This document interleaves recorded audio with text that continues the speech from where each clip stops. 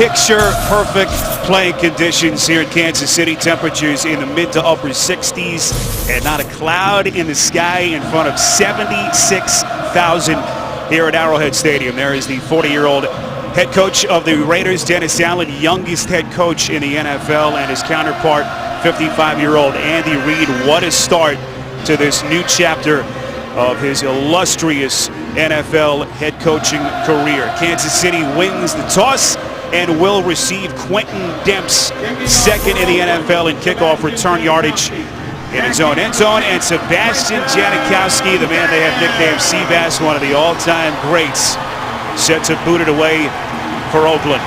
Raiders Chiefs underway here in Kansas City. Janikowski boots it through the end zone, and KC will have it from the 20. And there is Alex Smith, Rich, first overall pick 8 years ago. What a start for him here with the Chiefs. Yeah, really, Spiro. The best thing I can say about Alex Smith is he's a winner. He's 25-5-1 his last 31 starts. He puts his team in a position to win each week, and he's given them stability, at your most important position. And let's be honest, the Chiefs have been devoid of good quarterback play since Trent Green was traded back in 2007. This was the Chiefs offense a year ago that averaged the fewest points per week. What a difference a year makes. Smith under center, 1st and 10 from the 20. Smith will throw under pressure, brought down. And what a start for the Kansas City defense. The rookie out of Connecticut, C.O. Moore, getting to Smith. Well, you worry about the pressure off the edge, and C.O. Moore he's going to beat the right tackle right up the field. I mean, he works Eric Fisher right back into the lap of Alex Smith. Remember now, Eric Fisher did not play last week in their win against the Tennessee Titans. Fisher, the rookie tackle out of Central Michigan, 1st overall pick, out last week with that concussion. Loss of 7, makes it 2nd and 17 from the 13-yard line.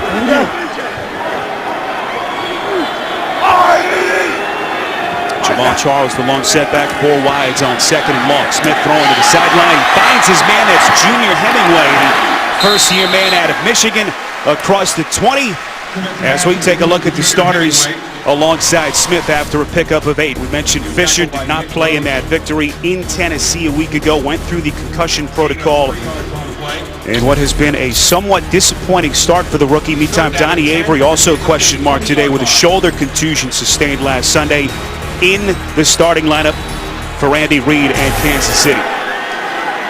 4 wide receivers set. This is 3rd and 9 in the early stages here in Kansas City.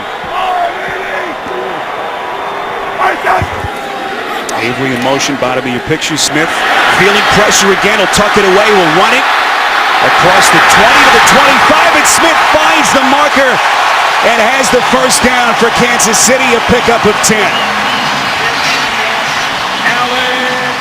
And the Raiders talked about this last night when we visited with them. You have to be aware and account for Alex Smith as a runner. He's very capable and willing to pull it down. He's their 2nd leading rusher right now. He's carried the ball 39 times.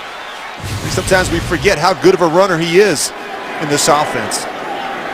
You talk to people around Kansas City and around the NFL. That has been one of the biggest surprise elements of his game here, the mobility that he has shown with the Chiefs. Minimal pickup by Jamal Charles on 1st down. Charles, the 6th leading rusher 5 weeks into the season. Take a look at the defensive starters for the Oakland Raiders. Lamar Houston, their leading sack man, with 3 through 5 weeks of the NFL campaign. Linebacking core, you saw C.O. Moore earlier. Kevin Burnett, their leading tackler, right alongside Nick Roach. And what a secondary. This is the biggest improvement from a year ago. The future Hall of Famer Charles Woodson, 8 years after bolting Oakland for Green Bay, is back in the silver and black. This is 2nd and 9. Charles trying to find some room to maneuver, and a good start. Rich, this is an Oakland defense that took it away 5 times last weekend at home against the Chargers. Yeah, they're playing much better defensively. I think their run defense has improved. I mean, it's much better than it was a year ago. You get a good look at their defensive coordinator there, Jason Tarver. They have 9 new starters. I think they're much more athletic. They've got better team speed. They're more competitive. Last year, you just didn't feel the effort and the intensity from that group up front. 3rd and 8, they'll put Smith out of the shotgun with the play clock still at 7. Smith has time, throwing incomplete. Intended for Dexter McCluster, the fourth-year running back. Tracy Porter on the coverage, and Oakland getting off the field on third down. And the Raiders are going to challenge this Kansas City offense to defeat man-to-man coverage. The Raiders play a high percentage of man-to-man. We sat down with Alex Smith on Friday. He said we've got to win those one-on-one battles on the perimeter. Dustin Colquitt on to punt. And back deep to return for the Raiders is Phillip Adams inside his own 20.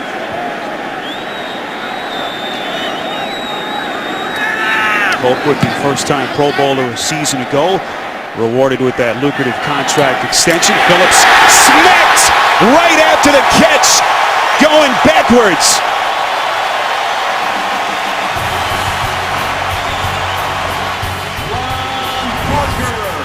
Ron Parker making the early statement here in Kansas City. First offensive possession for the Raiders, and Terrell Pryor coming back last week from the concussion. Rich looked good. Yeah, he really did, Spiro. Much better command of the offense. I think he's playing with better tempo. He looks much more comfortable under center. Hasn't experienced anything like this, certainly not at the NFL level. 1st and 10. Pryor going play action all day to throw against that vaunted front for the Chiefs defensively. Darren McFadden on the catch, picks up a couple. Offensive starters in front of Pryor. Andre Gerard, second straight start. Stefan Wisniewski, their usual starting center, out once again with a sprained knee. Backs and receivers, who mentioned McFadden, didn't play last week, sustained that hamstring tweak a couple of weeks ago against the Washington Redskins. Back, and boy, do they need a big game from McFadden here today. 2nd and 8 from inside the 20.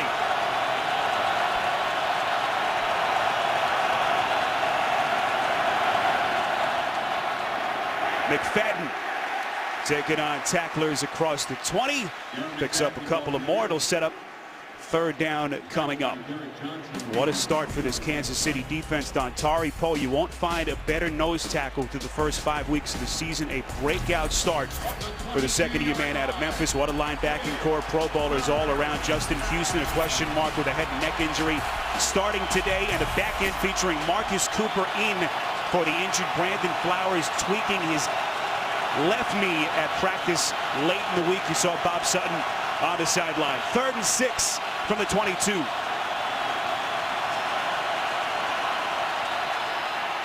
Pryor set. Derek Johnson, the 9th-year linebacker, getting there for Kansas City. Well, if you're the Raiders, you spent so much time worrying about the pressure off the edge with Justin Houston and Tamba Hali, and then they bring pressure up inside with the green dog by Derek Johnson. They've talked all week about containing Terrell Pryor and making him function as a pocket passer. They have been so dominant on third down through the first 5 weeks, and they pick up right where they left off. Marquette King, 2nd-year punter, missed all the last season with a foot injury. And this one returned by McCluster. An excellent punt coverage by Oakland. 52-yard boot from King, and Alex Smith back onto the field when we come back. The NFL on CBS is sponsored by Southwest Airlines. Find our fares online only at southwest.com. Chili's $20 dinner for two. And by Bud Light, official beer sponsor of the NFL.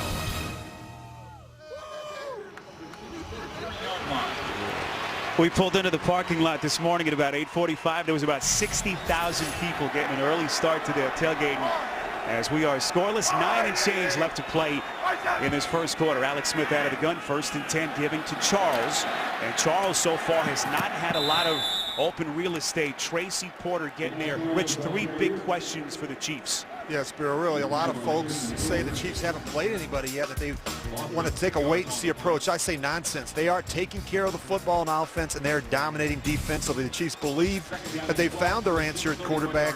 And while, you know, Alex Smith may not overwhelm you with gaudy statistics, what he does do is win. And finally, if they can continue to dominate on defense, I think the sky's the limit. They're the #1 scoring defense for a reason. They are good on all 3 levels.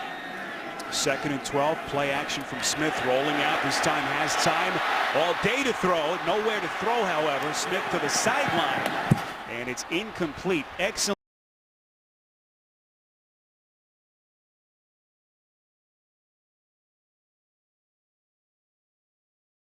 A little bit in the passing game.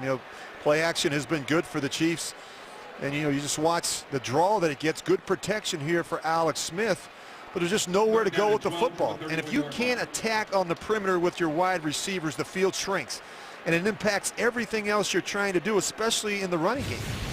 And we talked to Andy Reid on Friday. He feels the coaches feel they're close to the passing game, but boy, Bo and Avery have to win on the outside. 3rd and 12. Here they come on a blitz, and they bury Smith. Nick Roach, 7th-year player out of Northwestern, and Smith never had a chance. Yeah, the linebackers are really playing better. You look at C.O. Moore had the sack earlier. Now it's Nick Roach.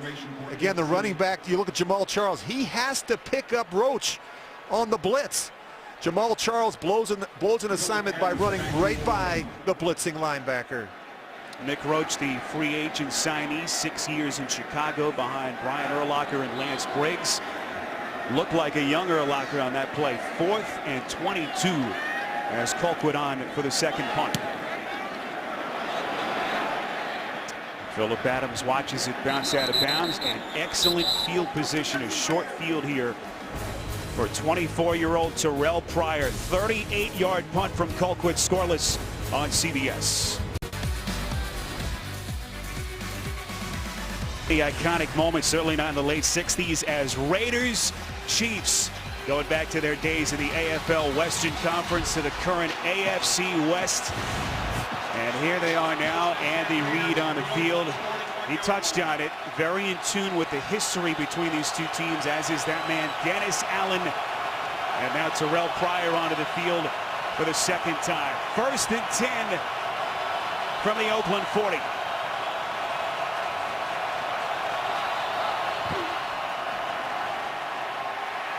Pryor over the middle, completes to his man. It's Denarius Moore.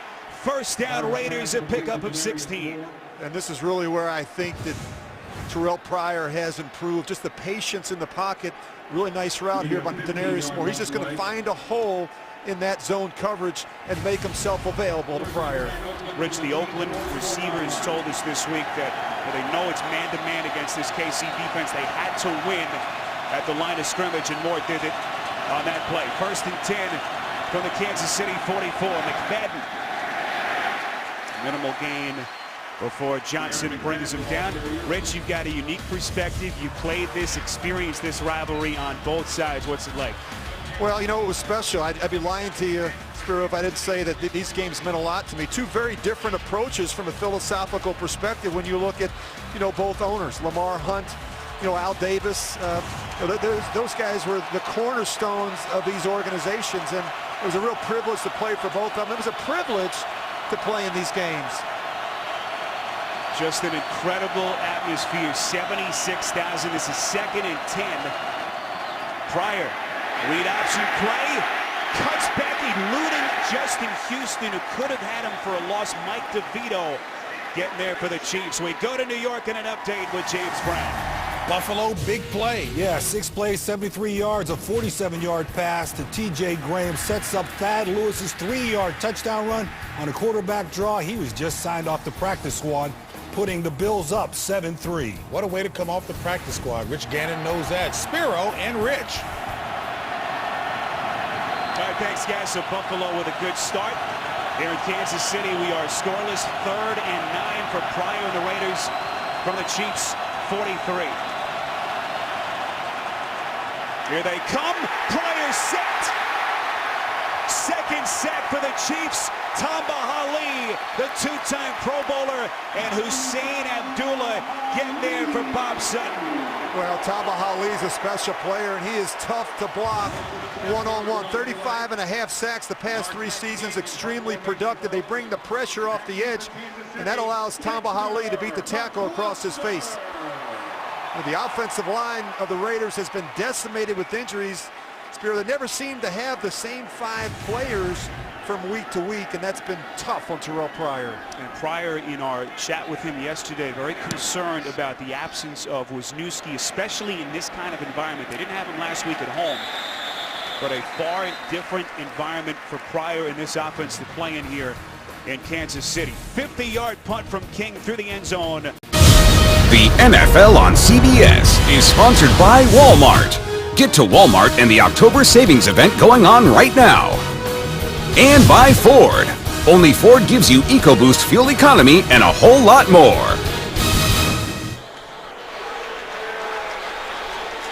Well, Chiefs fans excited about this franchise. What a difference over the last 10 months. 5-0 after that dreadful 2-14 season a year ago. Smith onto the field, third possession, 1st and 10. Into the backfield is Charles to the 30 and knocked out of bounds by Tracy Porter. Tonight on 60 Minutes, a 15-year-old boy who may have come up with a cancer breakthrough, plus one of the great untold human rescue stories of the 20th century. 60 Minutes tonight, only CBS. This Kansas City offense, Rich, we mentioned last year, just 13 points per game, worst in the NFL, and Alex Smith and Andy Reid have turned it around. Yeah, they're trying those, Spiro. They've struggled here, though, the last couple of weeks. I think you look at them last week against the Tennessee Titans. Really a difficult time on the early downs. Charles finding the edge up the sideline, close to another Kansas City first down. Kevin Burnett knocked him out, and they've done it with a lot of trickery, different formations. Reid, as good as there is in play calling. Yeah, he's going to use a lot of personnel groupings and formations and really try and get players in space where they can make some plays, but they're not generating a lot of big plays. They've had a difficult time finding their rhythm. As I mentioned, they've been struggling a little bit in the early downs, and as a result, they find themselves in a lot of 3rd and longs where they're not able to convert. So they've got to be better in this one on the early downs. They've got to find a way to get Jamal Charles in this running game cranked up. It's a 2nd and short. They line up inside the 40. High formation set. Charles goes down across the 40. A couple of yards for Charles, who mentioned 6th in the league in rushing, just under 400 yards entering this one. Moves the chains. And they've got to play better around Jamal Charles. And really, if you study this offense right now, they're very young and inexperienced at the tight end position, and they need more production from Dwayne Bowe and Donnie Avery. Bowe just 17 catches through the first 5 games. Avery just 16. They're having a difficult time getting big chunks down the field in the passing game. Avery playing today with that shoulder contusion sustained in Tennessee, as we mentioned last Sunday. 1st and 10 from the 41. Smith play action under pressure, throwing middle, not even close, trying to find McCluster. And Kansas City will have it 2nd and 10. Back to New York and an update. Detroit trying to bounce back to the win column. Oh, yeah, 9 plays, 58 yards, set up by 2 pass interferences. Matt Stafford to Joseph Fourier, 1-yard touchdown. Detroit up 7-0 in Cleveland. Good pedigree, Fourier, back to Spiro and Rich. 2nd down and 10 from the Chiefs. All right, so a couple of surprise scores early in Week 6. See the Lions dominant against Cleveland. All time, 2nd and 10. Alex Smith under center, fakes the handoff to Sherman, throwing to Niall Davis, the rookie out of Arkansas. And Davis going nowhere. Rich barely back to the line of scrimmage. Brandon Ross making the start for the injured Tyvon Branch on the tackle. And Alex Smith is very quick to check the ball down to the backs. Injured player for Kansas City is their 60-year tight end, Brandon Albert. And the Chiefs medical staff onto the field. 3rd and long for Smith and the Chiefs when we come back. Saturday, the Home Depot SEC on CBS delivers doubleheader action. First, Jordan Matthews and the Commodores of Vanderbilt take on Aaron Murray and the Georgia Bulldogs. Then Trey Mason and the Auburn Tigers taking on Johnny Manziel and the Aggies from Texas A&M. Brandon Albert, Rich, injured on that previous play. Right of your picture looks like his left arm. Yeah, his left elbow. You see Jamal Charles come in there. He's trying to help out on Lamar Houston. He winds up hitting Brandon Albert right in the left elbow, and that one hurts. You see Brandon Albert, he goes right down to the ground. This is a player they cannot afford to lose. He's been playing really well at the left tackle position. He's got his hands full today against the Raiders' best pass rusher, Lamar Houston. Donald Stevenson on in his stead. 3rd and 11. Charles, first down, and a lot more inside Raiders territory. to the 36-yard line. Brandon Ross knocked him out. 24 yards for Charles. And I think Jamal Charles could be the best screen runner in the game. He's very patient. They've got an offensive line that can get out in front and run. And once he gets into the open field, he is a tough tackle. Charles still playing with those painful blisters on the bottom of his feet, something that flared up for the first time a couple of weeks ago here against the Giants. 1st and 10. Smith hit as he throws. Incomplete. And Smith took a hard hit. Intended recipient was McCluster. That was Lamar Houston getting to Smith. And this is where the Raiders are so much better than a year ago. I mean, they can play man-to-man coverage now because they have some corners that can match up. You look at Tracy Porter and Mike Jenkins. They've got DJ Hayden. It allows them to play a lot more man-to-man coverage, which is what Jason Tarver and Dennis Allen want to do defensively. As Jason Tarver had a chance to visit with him, you won't find a more energetic coach in the NFL. 2nd and 10. Smith fakes the handoff, throwing middle, batted up, nearly picked. Excellent coverage by Porter, blanketing Donnie Avery.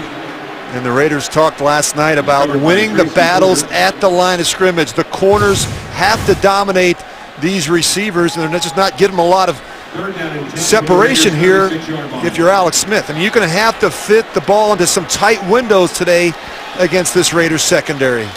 Oakland secondary a year ago among the worst in the NFL. What a difference a year makes. Right now, Alex Smith and company 3rd and 10 from the 36.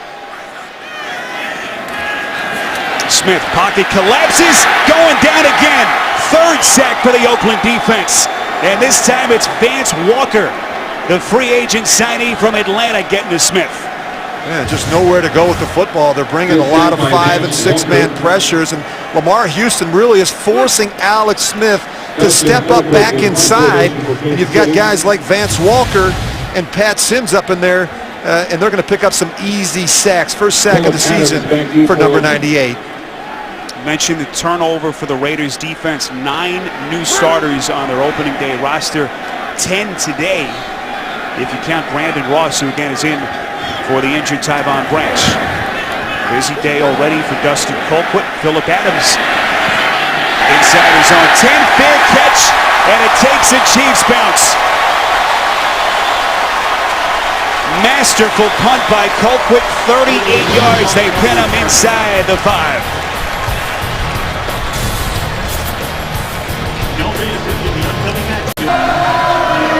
Oh, neat little story here in Kansas City. The Chiefs fans today trying to set a Guinness Book of World Records mark for the highest decibel level in an open-air stadium. The record set in Seattle with the Seahawks fans, and there you see the number bottom of your screen, 136.6. Our producer, Jim Rickoff, gets loud at times, around 90, but we can barely hear ourselves think. 1st and 10, Pryor inside the 5. Will work from the gun. Pryor play action from his own end zone, completes. Rod Streeter, 17th catch of the season, and this about as tough a circumstance as you'll find for a quarterback backed up rich with this crowd. Yeah, it's one of the loud ends of the stadium, and it's really important to get off to a good start and handle the crowd noise. You look at Pryor, though, a little jumpy with his feet. He's bouncing around a little bit back there in the pocket, but again, showing better patience. But it's so important, as I said before, Spiro, to get off to a good start. You want to eliminate the false start penalties, delay of games, the unnecessary timeouts. So far, so good for the Raiders. 15-yard pass play to Streeter, 1st and 10 from the 18.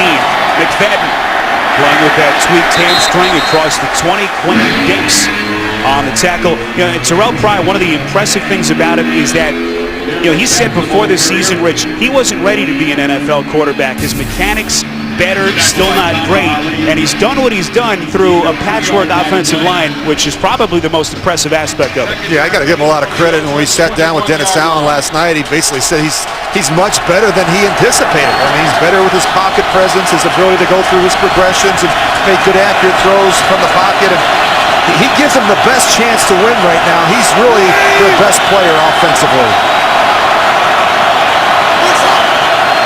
2nd and 8.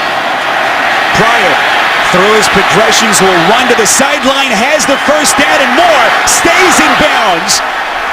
Oh, the little okey-doke on the sideline from Pryor.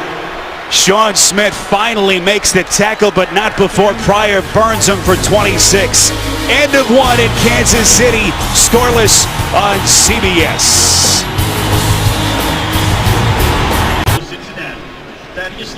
Start of the second quarter in Kansas City, still looking for our first points. Silver and Black faithful making the brave trek into enemy territory today. 76,000 for the Raiders and Chiefs. Alongside Rich Gannon, I'm Spiro Dedes, in today for Marv Albert. Our entire CBS crew from Arrowhead Stadium on a gorgeous Sunday afternoon here in Week 6. So far, it has been a defensive battle. Terrell Pryor, long run to close the first quarter, has the Raiders 1st and 10 from the 47.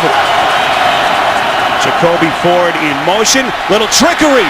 Ford thought about the pitch.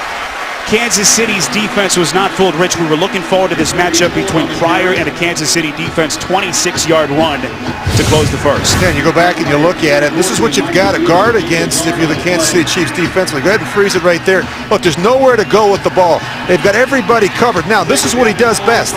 He pulls the ball down and he runs.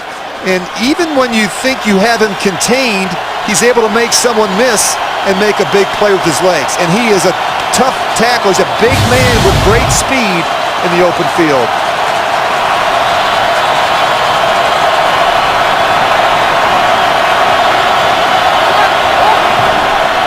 Second and 9. This is Rashad Jennings, who tweaked his hamstring last Sunday night against the Chargers. Penalty marker thrown. Before the snap, delay, offense, 5-yard penalty, still second down. And this is something Pryor Rich is going to have to deal with all day. Yeah, you have to keep reminding yourself to look at that play clock, and you can't fall asleep at the wheel, particularly in a place like this. It gets so loud, it's deafening. It makes it very difficult to communicate.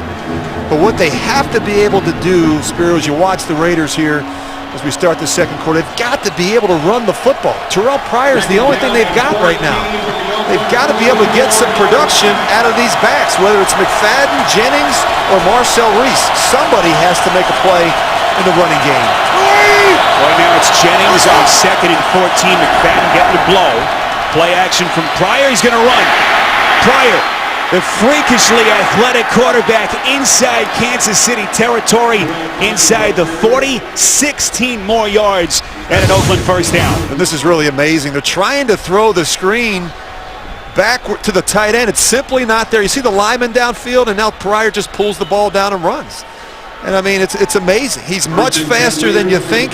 He's got great quickness, and he also does a good job with that free hand, keeping would-be tacklers off his legs. Pryor entering play today, 3rd best rushing quarterback in the league behind only Mike Vick and Russell Wilson. You see what he's done so far, 44 yards on 3 rushes. 1st and 10 from the 40. Pryor, incomplete, intended for the tight end, Jaron Mastrew, the 4th-year veteran out of Kansas State. And a reminder coming up on the Verizon Halftime Report. We'll send you to New York. JB, Dan Marino, and special guest Bart Scott standing by in studio. They'll have all the scores and highlights. The Verizon Halftime Report coming up at the end of the second. Rashad Jennings will stay into the game. Rich talking about the disappointment in the Oakland running game through the first 5 weeks of the season. Really no different than last year. They were 27th in the NFL in rushing a year ago. 2nd and 10. Jennings tripped up, minimal gain. And you listen to Darren McFadden. I know he has the hamstring pull. He knows, Rich, he's in a contract year. He owes this franchise a big season, and they've got off to a slow start. Yeah, and you know, when he's healthy, he could be a special player, but that just hasn't been the case lately. You know, he's already missed 24 games, and he's in his 6th season. And it's a toe, it's a Liz Frank, it's a knee, it's an ankle. And we just see this one thing after another, and it gets to the point where you just can't count on him week in and week out.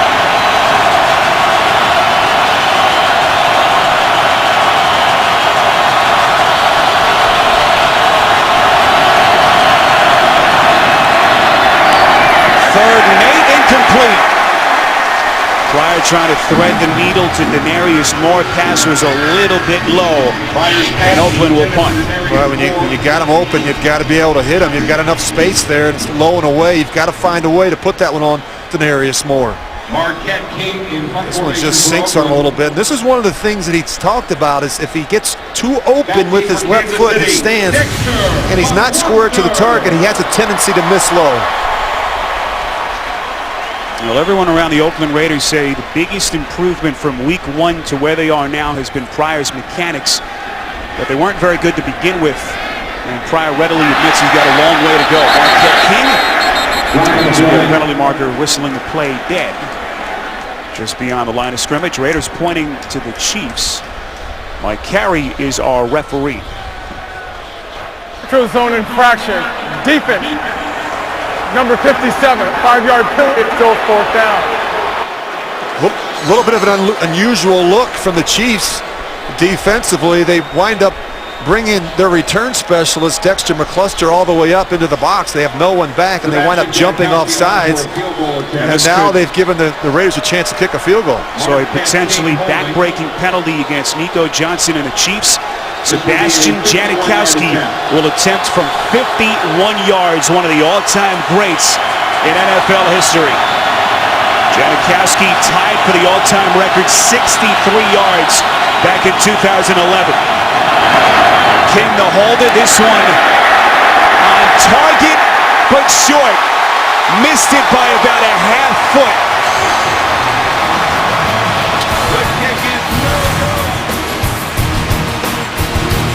By the skin of their teeth, Kansas City keeping the Raiders off the board.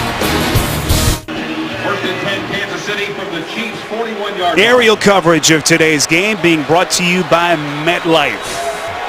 Here in Kansas City, 76,000 plus, 1st and 10. Alex Smith and company onto the field. Smith trying to throw across his body to the tight end, Sean McGrath, who's second-year man out of Henderson State, and they have gotten Bruce Smith, have the Raiders in the early going. Yeah, and the Chiefs have tried to throw twice as much as they've tried to run it. Seal Moore gets the first sack. They're doing a good job bringing these linebackers off the edge. You see Nick Roach, and then, of course, they get some internal pressure as well from Vance Walker.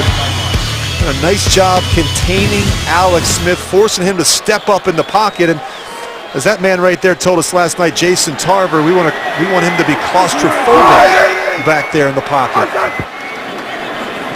2nd and 10, Smith again under pressure, barely able to get it out. And speaking of Jason Tarver, he was in San Francisco for 7 years with Alex Smith, of course, coaching Rich on the other side of the football. He spoke glowingly about Smith, says he's so happy for his success. We'll get after him today, but obviously a very deep bond between those two men. Yeah, great respect and familiarity with who he is as a quarterback in this league. And remember now, he sat in all those coaches' meetings discussing personnel and the things that each of the players did well, and also areas where they struggled or had deficiencies. So I think he's got a pretty good feel and a good plan for how to defend Alex Smith. Well, to start for this Raiders defense, Smith has missed his last 4 passes. This is 3rd and 10. Pocket collapses against Smith, and showing that mobility, but the Oakland secondary has completely put in the handcuffs on these Kansas City receivers. And somebody has to win. Somebody has to beat man-to-man coverage. Go ahead and roll it. And you just look at Alex Smith as he drops back. They're playing man-free coverage. And you look right here. Where are you going to throw the football? Go ahead and freeze it. There's nowhere to throw the ball. And now Alex has to escape to his right and throw the football away. That's tough. Tough way to make a living.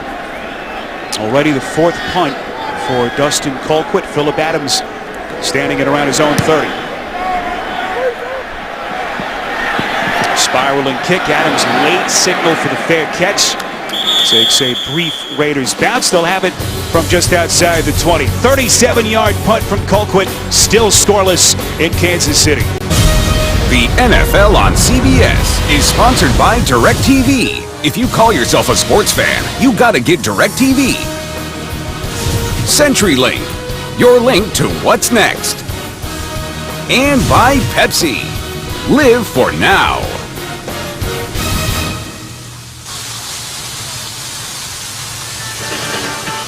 Well, it's much more about the pink on the field. Together, the NFL and the American Cancer Society helping women across the country make a crucial catch. Hear the personal impact stories and find out about how you can fight against breast cancer at NFL.com/pink. It is a cause very near and dear to Andy Reid's heart. His late mother, Elizabeth, a radiologist who treated many breast cancer patients, and his wife, Tammy's mother, passing away from breast cancer. Terrell Pryor, the 24-year-old Raiders quarterback, back onto the field. A change up front, Mike Brizell at center. Try to get an update on perhaps an injury situation. Jerron Mastrue, the catch across the 30, and has the Oakland first down. Rich, a pickup of 13. And you pointed out that injury situation. That's significant for the Raiders in terms of communication. Now they're down to the third center. And Gain of 13 yards on they run this pistol, and off of it comes not just the runs, but the ability to throw the ball on the move with Terrell Pryor. And where he's most dangerous is moving from his left to his right. So the Raiders, at least for the moment, down to their third center. Andre Gerard started this game for the injured Stefan Wisniewski, and now it's Mike Brizell, the 60-year veteran out of Colorado State. McFadden on 1st and 10, taking on the tackler just past the line of scrimmage. Wisniewski missing his second straight game today with that sprained knee, and boy, a thin offensive front getting even thinner for the Raiders. And it affects everything you try and do up front, not just in terms of the running game, pass protection, but communication with the young quarterback. And in talking to Pryor, he said he really relied on Stefan Wisniewski in terms of making all the declarations and the protection checks. And so without having him and without having Andre Gerard, it really makes things difficult. Although Brizell is a veteran, and I think he'll do a decent enough job cleaning up the communication up front. 2nd and 8. Pryor completes, first down and more. Denarius Moore to the 50. And this Oakland offense, after a quiet start, moving the chains that time for 12 yards. And they're going to get some off coverage here, which we haven't seen a ton of from the Jets, and the Raiders take advantage of it with the slant pass to Denarius Moore. Moore, the third-year player, 20 catches entering this one today. He's their leading receiver. Coming off the best three-game stretch of his career, nearly 300 yards, a couple of touchdowns over the last 3 weeks. 1st and 10, McFadden. Finally, some open real estate twisting through that KC front. 8 yards as we send you back to New York and James Brown. A defensive stop by Cincy sets up the offense. Yeah, Cincinnati stopped Buffalo on 4th down. Then went 9 plays, 98 yards. Andy Dalton to Giovanni Bernard, 20-yard touchdown. Cincinnati up 17-7. Attitude play, as Bart Scott called it. Back to Spiro and Rich. So 17 straight points for the Bengals in that AFC West matchup in Buffalo. 2nd and 2. Trickery from Pryor, making Houston miss. Pryor out of bounds and has the Oakland first down. It's the second time that Houston has had Pryor in his midst. And he does everything right except make the tackle. Look, he keeps the edge. He's right there. He's got him, and then he doesn't. And that's the thing with Terrell Pryor. I mean, he's a lot faster than you think. The other thing that he will do is he keeps it a bunch. I mean, there's been some opportunities to hand the football off out of this pistol, but he likes to keep it. All things being equal, Terrell Pryor is going to pull it down and run with it. He's outrushed the entire Kansas City team so far in this first half. This is 1st and 10 from the Chiefs' 39. Pryor to Moore, first down inside the 20. No one's going to get more. Touchdown Raiders. 39 yards, and Oakland taking the 6-0 lead. And remember, Spiro, Brandon Flowers, their starting corner, is out. And what did Terrell Pryor say to us last night? If I get the matchup on Marcus Cooper, the rookie, that's where I'm going to go with the football. They just throw a simple slant route, and Cooper takes a poor angle. 4th touchdown reception on the season for Denarius Moore, the third-year man from Tennessee. As Oakland goes 6 plays, 78 yards in 3 minutes and 16 seconds. What a start for this young Raiders offense. Pryor some more, and a silver and black drawing first blood.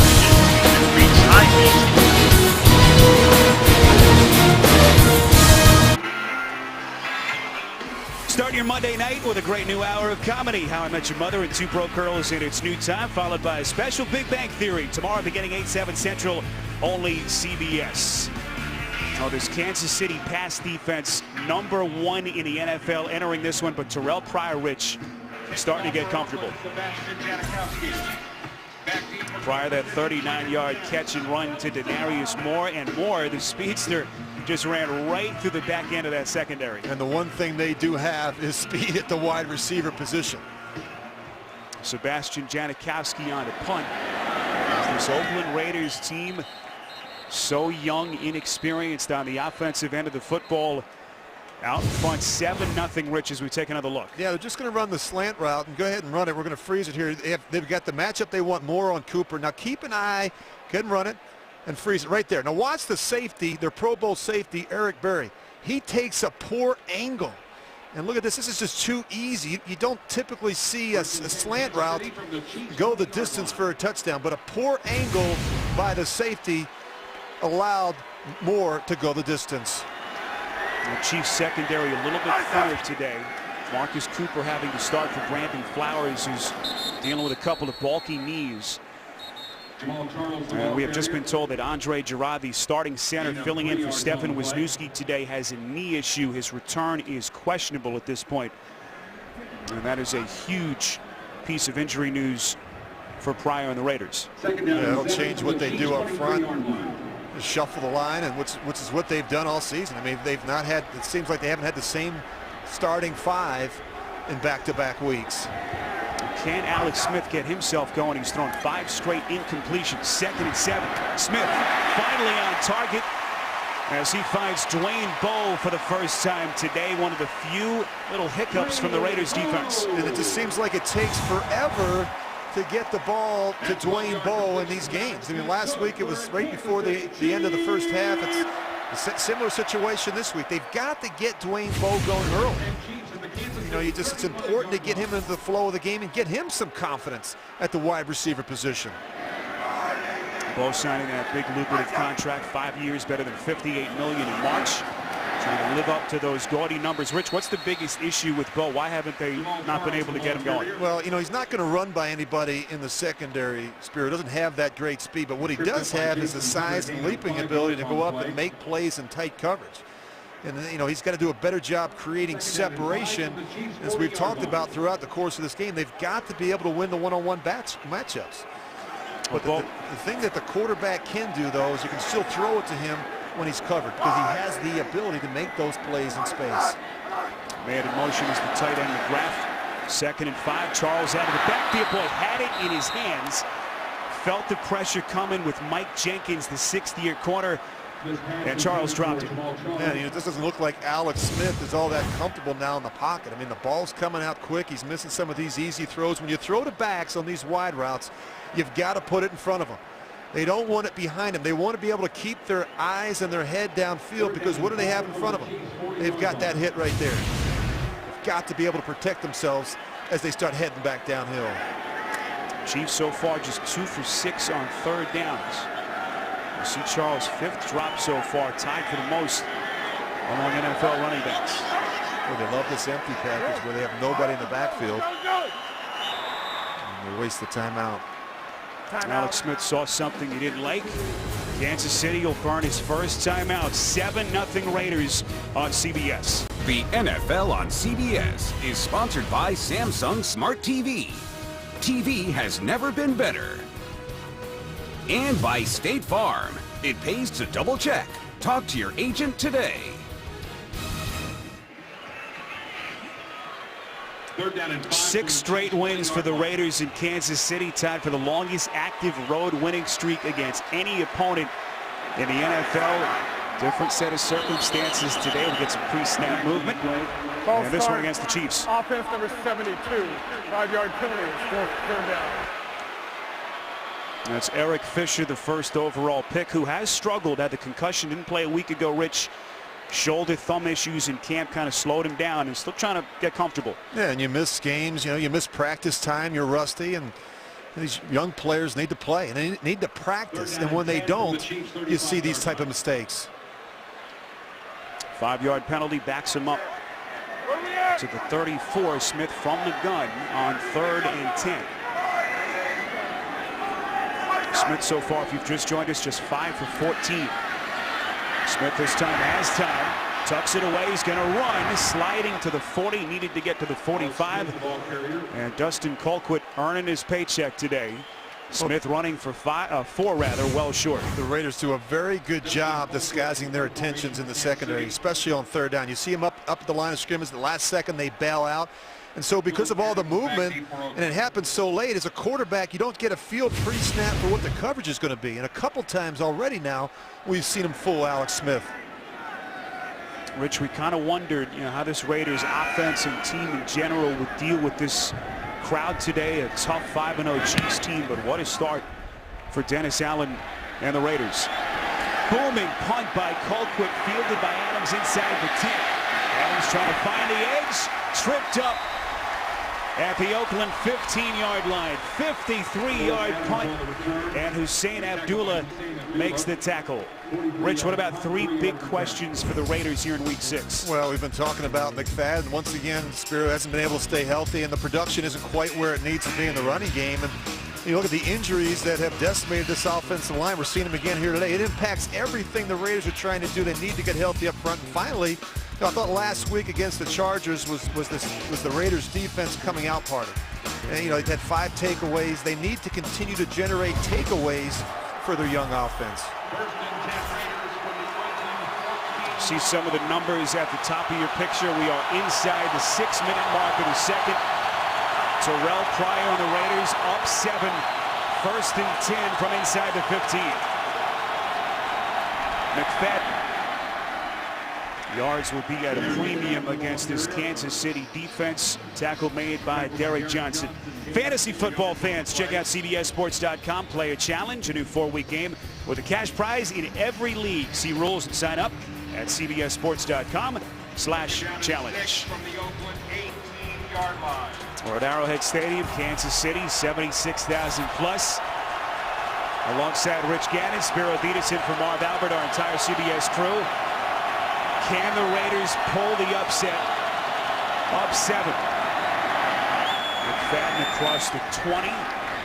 And the tackle made by the lunch pail defensive end Mike DeVito as we take a look at the last Oakland drive. And we talked about the danger when you allow Terrell Pryor to get outside the pocket. They're trying to stay after the running game, and of course the big slant pass to Denarius Moore that goes for a touchdown. This team has gotten off to the kind of start they were hoping for here today at Arrowhead. Moore, that 39-yard catch and run for the touchdown, and that is where we stand. Oakland 0 for 3 on 3rd down.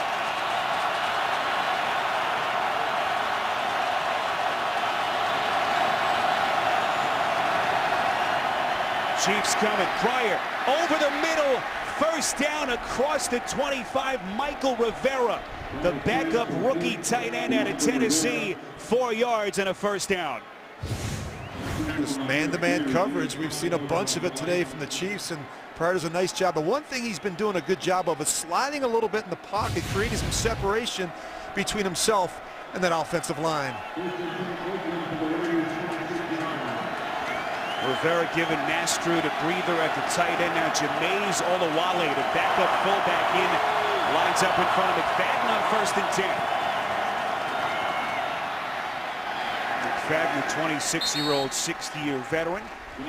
Right to the line of scrimmage. Mike DeVito on the tackle. And Mike DeVito's been a nice addition, Spiro, for the Chiefs. He came over from the Jets with Bob Sutton, the defensive coordinator. I think he's really helped out the development of Dontari Poe inside.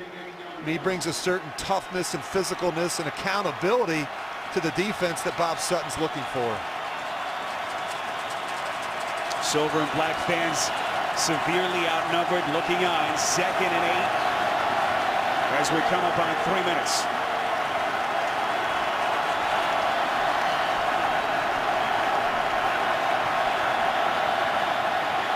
Pryor bobbles the snap. fakes the pass, making guys miss all over the place.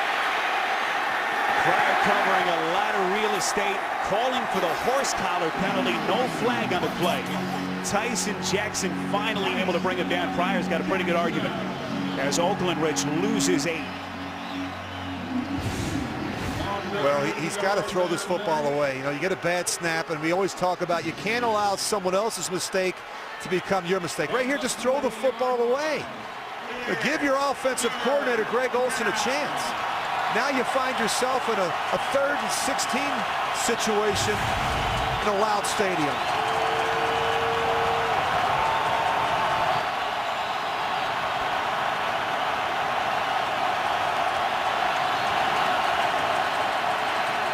Third and 16, a timeout was taken before the snap by the Raiders.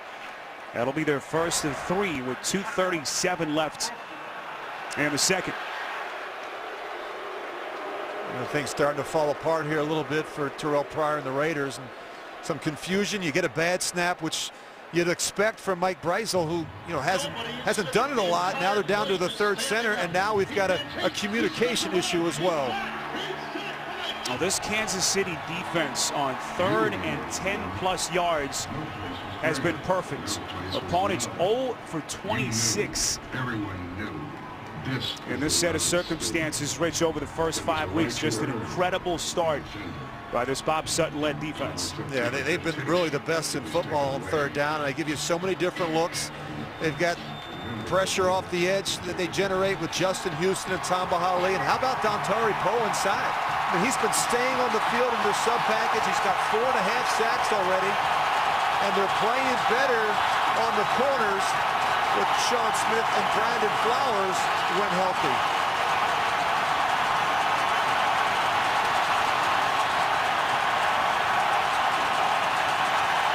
Man, it is loud. It is deafening here at Arrowhead.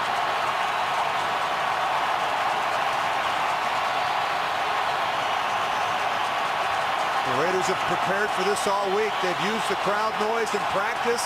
They've worked on a silent count. They've worked on a double cadence, and everything they can to handle the crowd noise. The best way to handle the crowd noise is to get a big lead on the road. That's how you take the crowd out of it here at Arrowhead. How does Pryor handle this situation? 3rd and 16 with Arrowhead shaking in its pillars. Pryor across his body, deflected, nearly picked, and then Streeter had his fingertips on it. Pass was tipped by Marcus Cooper, the rookie out of Rutgers today, starting for the injured Brandon Flowers. This is what the Chiefs want to do. They want to force Pryor to his left, and that is a dangerous throw. I mean, you've got to be able to see throws. But you see him moving to his left. This is what Kansas City has talked about all week. He is so accurate. His completion percentage is off the charts to his right, but not as good to his left, which makes sense, obviously, for a right-handed quarterback. Pryor 8th in the league in passer rating. Completion percentage so much better than anyone in that Oakland locker room could have anticipated. As the punt fielded by McCluster at the 30 penalty marker thrown. It's a 51-yard punt.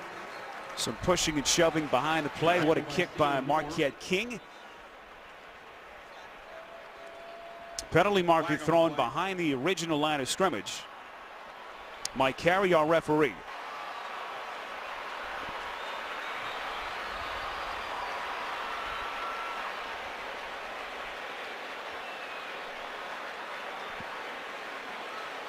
Carey looking over. It's against Oakland, trying to get Andy Reid's decision on what to do with the penalty. Remember the kicking team downfield, the 5-yard penalty. Kansas City went to the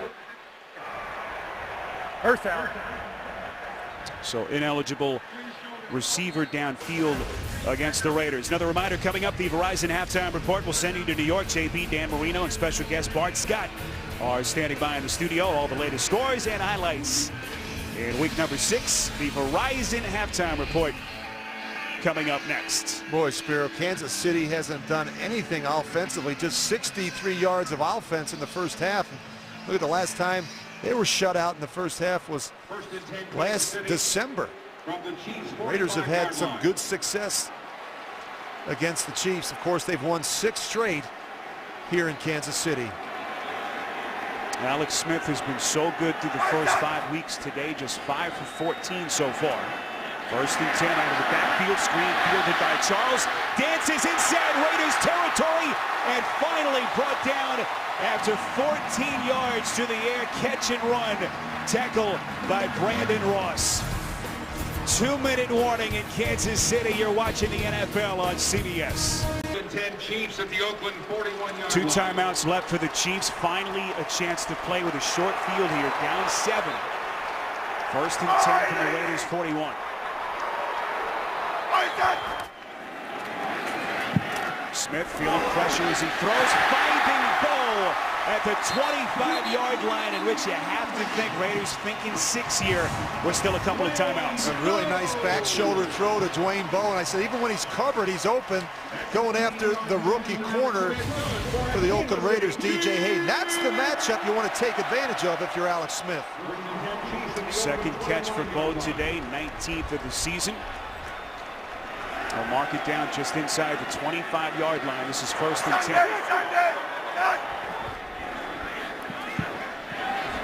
Excellent pass protection. Smith just throws it to the turf, and once again, that Raiders secondary, Rich, unbelievable coverage downfield. Yeah, they're trying to run that screen again. That very similar formation. The Raiders do a good job recognizing it. Now, you know, the key for Alex Smith in this situation, just taking advantage of the best field position they've had all day. You got plenty of time. The only thing you can't do in this situation is take a sack. You see the duress that Smith has been under, sacked 3 times already. And the Chiefs quarterback just 7 of 17 for only 83 yards. Second and 10. Smith again hit as he throws. That one low, intended for Bo, and Smith just has not looked comfortable, Rich, at any point in this first half. Well, the coverage has been good on the back end, and he's not been allowed to set his feet. And every time he tries to step up, he's got a defensive lineman or a linebacker knocking him down. From the 25-yard line. And it's just a 4-man rush. It's a little TE game. You see Houston goes down inside, and Vance Walker loops around outside. And the Raiders don't do a good job passing that off on the left side. I really enjoyed talking to Jason Tarver last night. He reminds, I think you said he reminds you a little bit of John Gruden. Yeah. He's got great energy. He's got great passion. He loves this defense. Kind of looks like it too. Third and 10. Smith from the shotgun. Throwing down the sideline. Incomplete. And a late marker comes in. It's on the rookie DJ Hayden, the 12th overall pick. And once again, Brandon Albert, second time he has been down to injury today. You don't want to see that reaction. It was his left arm earlier, and now it looks like it's the left leg. Well, you watch the pass interference by Hayden here. He never finds the ball. That's the problem. Doesn't do a good enough Pass job interference. turning his head Defense and number locating 25 the throw. from the spot of the foul, automatic. First down. Didn't appear to be a very catchable pass. It was up over Bo. And now the concern on Brandon Albert. Oh, that left knee. Man, first it's the left elbow and now the left knee. Rich, I say it all the time. It's amazing that doesn't happen even more often than it does. All those big, wide bodies in the trenches. And you hope for the best now for Brandon Albert, a guy who's struggled. Former first-round pick in 2008. Talked about how much he's loved playing for Andy Reid briefly here over the first couple of months of Reid's tenure in Kansas City. And as they continue to look at that left knee. Yeah, spent so much time with these two teams. This is Dr. Barnhouse right here. He's the team orthopedic for the Oakland Raiders, or for the Kansas City Chiefs. And just see him, he gets pushed back in. And I think what happens is C.O. Moore, actually it's Nick Roach, he's going to fall on the back of his left knee. And he just never saw that one coming. Well, the penalty results in a 17-yard difference. Brandon Albert will try to walk off on his own power. And we'll try to get you an update as quickly as we can. So Donald Stevenson, the backup tackle who started last week for the injured Eric Fisher, has been busy already today. We'll check in again. Stevenson, the second-year player out of Oklahoma, former third-round pick. And he gives him some flexibility up front, Spiro. He can play on the right side. He can play on the left side. I think eventually Eric Fisher, once he figures things out, will be the left tackle for the Chiefs. But right now, he's been busy trying to learn how to play on the right side. One timeout left for the Chiefs. First and goal from the 7. Smith. The draw play, Charles into the end zone. Touchdown. And finally, Kansas City's offense on the board.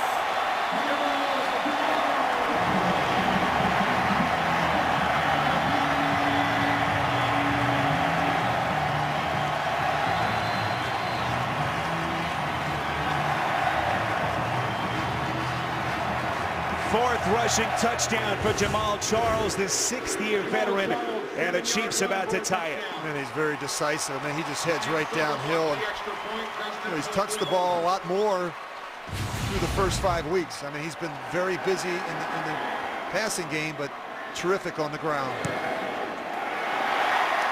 Extra point by Ryan Sucka, perfect. So the Chiefs go 55 yards at a short field after the turnover and punt by the Raiders. And Jamaal Charles, so shifty. Not a lot of space, Rich, but punching it in from 7 yards out. So Charles with his 4th rushing touchdown of the season. 6 overall for the Chiefs, and we're tied at 7.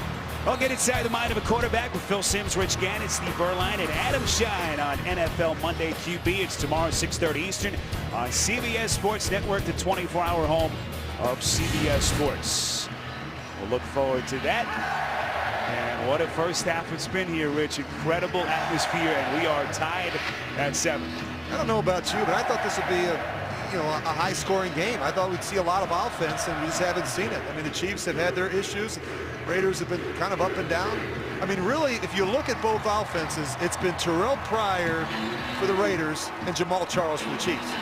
Somebody else has to step up. Somebody else has to be able to beat man-to-man coverage. Both teams are playing a ton of it on defense. Hard to find a better atmosphere in the NFL than here at Arrowhead Stadium. Alex Smith talked about how different it is here than in San Francisco. He said in San Fran, he showed up as a player about 3 hours before kick. Tailgate party just getting started. He said here at Arrowhead, you pull up 3 hours before tip. There's a traffic jam outside here, in danger of being late. As they got started bright and early here before 7 a.m. Might miss kickoff if you show up 3 hours before the game. Well, Sebastian Janikowski, you see his target line needing to get to about the 45-yard line, career long. Tied with a couple of others, Tom Dempsey, Jason Elam, David Akers. That 63-yard kick back in 2011. What about some strategy, Rich? They've got 3 timeouts here with 66 seconds left. Well, I think you start with a safe play here on first down, a screen or a draw, just try and pick up some positive yards. Now if you get a big play, now you can be a little bit more aggressive with your play call. But with 3 timeouts left, I think the Raiders have to try and push the ball down the field.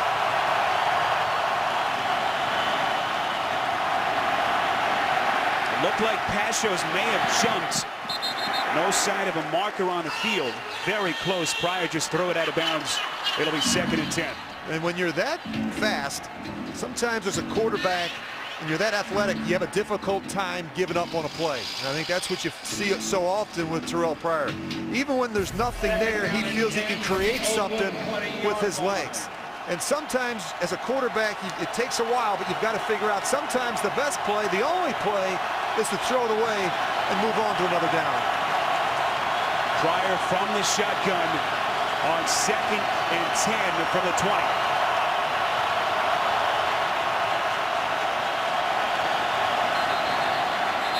And once again, it looked like Pashos moved early. Players couldn't hear the whistle, it's so loud here. And that time the officials got Pashos a false start. And I've seen a personal foul here a number of times, Spiro, because the defensive player can't hear the whistle. There are 2 fouls on the play, both of them against Oakland. Both of them false start. 79 decline, 69 expected, 5 yards, still second down. So both players hit. It was Pashos on one side of the other tackle, Khalif Barnes, starting again for the rookie Menelik Watson. Yeah, both tackles, the end men on the line of scrimmage. You can't hear, so what you've got to do is you have to peek inside. And you've got a new center there now. He's got a different set of mechanics in terms of how he pulls his head up quickly. And that's a problem right now. Andre Gerard starting today at center for Stefan Wisniewski. He is out, and so Mike Breisdell still in, the 60-year veteran, over center, at center, in front of Pryor.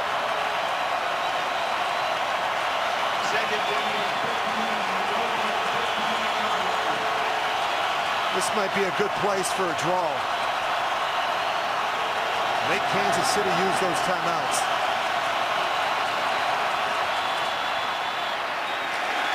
Rich all over it. And a late marker thrown as Rich looks into his crystal ball. He's been in this set of circumstances once or twice. Again, our referee today, Mike Carey, as we move inside of a minute to play before halftime. Well, you got a young quarterback. You've got a new center in there. Things are starting to unravel a little bit, and you've got to be able to pump the brakes. Offense, number 65. Half distance to the goal, still second. Here's decline, third down. Rich, it's tough for any quarterback, a veteran, let alone a rookie, to deal with this set of circumstances. Pryor, very minimal starting experience going into the season, doing the best he can. It's just tough. And Spiro, every timeout for a quarterback like Terrell Pryor, it's a new learning experience. I mean, and he's learning something different every week. And I think, if you're Greg Olson, the offensive coordinator, all you're trying to do is get out of this half with a 7-7 tie. And that last play, that penalty was huge, because now it stops the clock. The Chiefs able to save those timeouts. And now if they can get a stop on second down, they've got a good, and third down, they've got a good opportunity to get some good field position. So Kansas City electing to decline the penalty. They spot the football, at least trying to figure it out, but finally put it down at about the 19-yard line. Yeah, and Andy Reid on the field right down here. He's trying to make sure that the officials know that they declined the penalty and they want it to be third down. That's it. He wants it to be third down. And it will be. Rich, you just take a run here and try to turn out some yardage? I think you run the football here and make Kansas City use that timeout. And hopefully your young punter, Marquette King, can come in there and bang one down and back up Kansas City. Jennings, the lone setback, 3rd and 11. Jennings keeping the feet moving across the 20. So Marquette King and the Raiders will punt. Eric Berry, the safety, coming up on the tackle. And now the Chiefs will burn that final timeout. 49 seconds left. And a huge punt here for Marquette King, the second-year punter. There's Bobby April, special teams coach. You see the timeout situation. Alex Smith, the 29-year-old quarterback. Yeah, he's over there talking to Chase Daniel. He's going through his 2-minute thoughts in his head. Always get a good return here with Dexter McCluster, and you can take a couple shots. Well, McCluster ran one back against the Giants a couple of weeks ago, an 89-yarder here in Kansas City. What does he have up his sleeve here? He sits back inside his own 30. Dexter McCluster.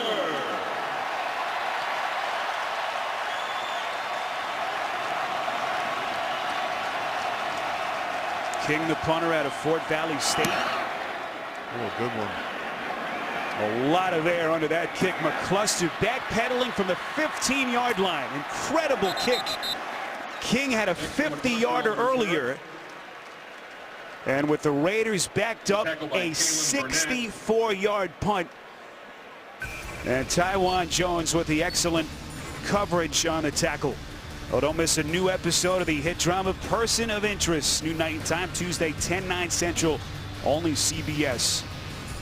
Rich, how about that punt? 64 yards from King. Well, that was clutch. That's how you dramatically change field position. And now, you look at the Kansas City Chiefs, they find themselves in a situation with 41 seconds left, no timeouts left. Any ball that's completed in the field of play, they've got to get up there and clock it. Incompletion here won't hurt Alex Smith. Shane Lechler, the longtime Raiders punter, moving on, of course, now in Houston. Big spot for King, backs up the Chiefs, 1st and 10. As Kansas City playing without any timeouts, look like they'll just kind of wave the white flag here and get off the field. And you should hear the boo birds. Every time I did this as a player, the fans would boo. You know what I mean? They'd start booing and saying, why weren't you more aggressive, with the situation? But Andy Reid's got a 7-7 game right now, and they're struggling a little bit offensively. They have to go into halftime and make some adjustments. The protection has not been good enough around Alex Smith. 2nd and 5, Smith will take one shot, incomplete. Second drop by Charles today, and the 6th drop for him on the season. We showed you that graphic earlier. Most drops among any NFL running back for Charles, who is the Chiefs' leading runner and receiver. Yeah, they're making even the simple plays look difficult. A little check down to Jamal Charles. That thing had some heat on it. Rich, you were concerned about this Kansas City offense. A lot of smoke and mirrors you talked about, and you were right. They're struggling right now. Yeah, they've got some issues. We talked about the problems they've had at the receiver position at tight end.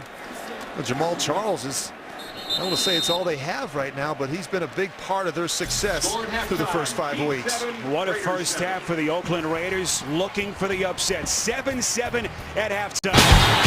Start of the 3rd quarter here in Kansas City, high above Arrowhead Stadium. 7-7 between the Chiefs and the Raiders. Spiro Dedes alongside Rich Gannon. Both defenses have been the story so far. Oakland certainly likes how this game is being played. Their defense has been the story. Just 108 total yards for the Chiefs. Yeah, they've really played well defensively, the Raiders. The Chiefs have to find a way to get the passing game going a little bit. Somebody other than Jamal Charles in the passing game. Tight ends and wide receivers have to be more involved. The Raiders offensively, it's been all about Terrell Pryor.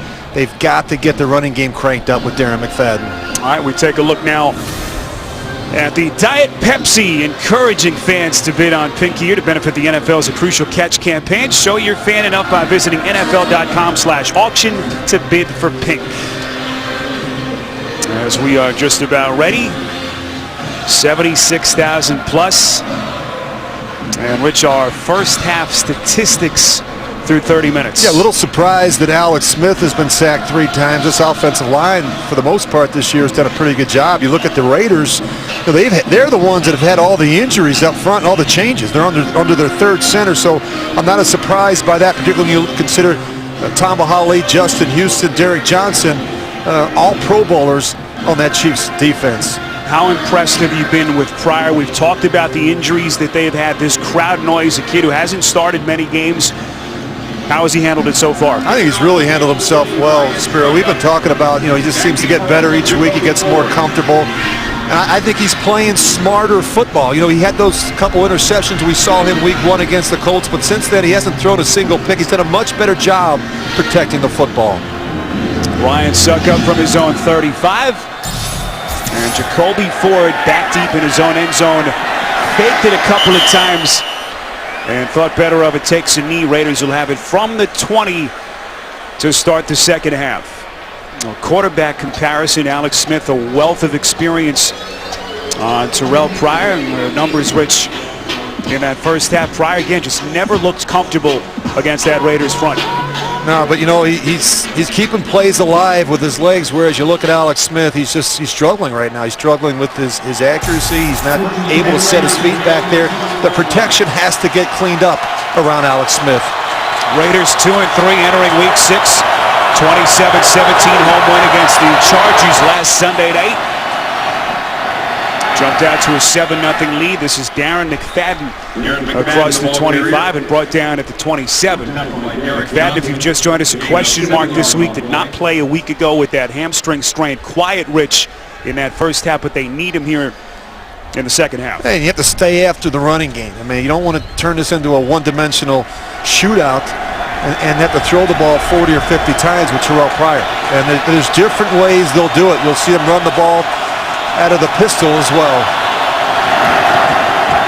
Raiders just 90 yards on the ground in that first half.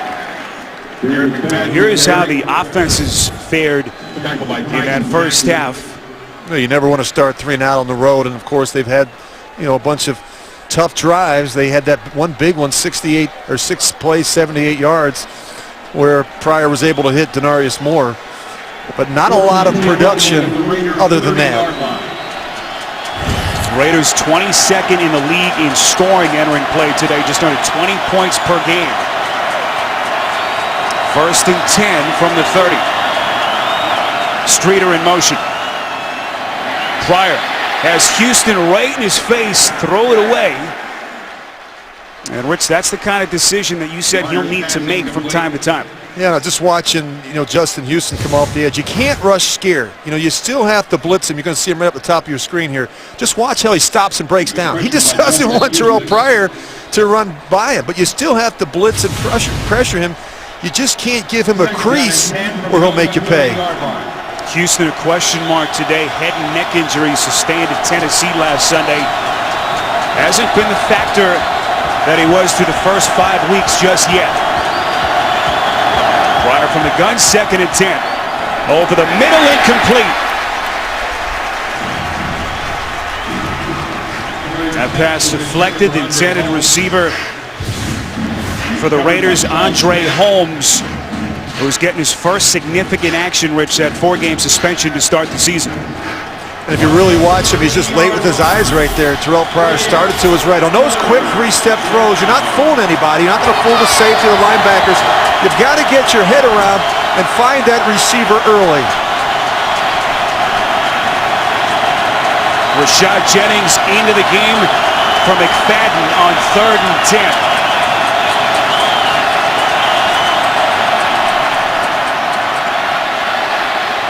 Pryor, set, Tamba Hali, burying Pryor for a loss of 4. Well, you just can't hold it that long. You see Pryor, but Kansas is going to get beat up top by Tamba Hali, and Hali never takes his sights off of Terrell Pryor. And again, we talked about flushing Pryor to his left. 4th sack for the Kansas City defense. Alex Smith has been dumped 3 times. It has been a defensive battle so far here at Kansas City. Marquette King, a marvelous first half punt. He had a 64-yarder. This is McCluster from the 30. Well, these Raiders special teams have been sensational. 50-yard punt from King, and Alex Smith onto the field when we come back.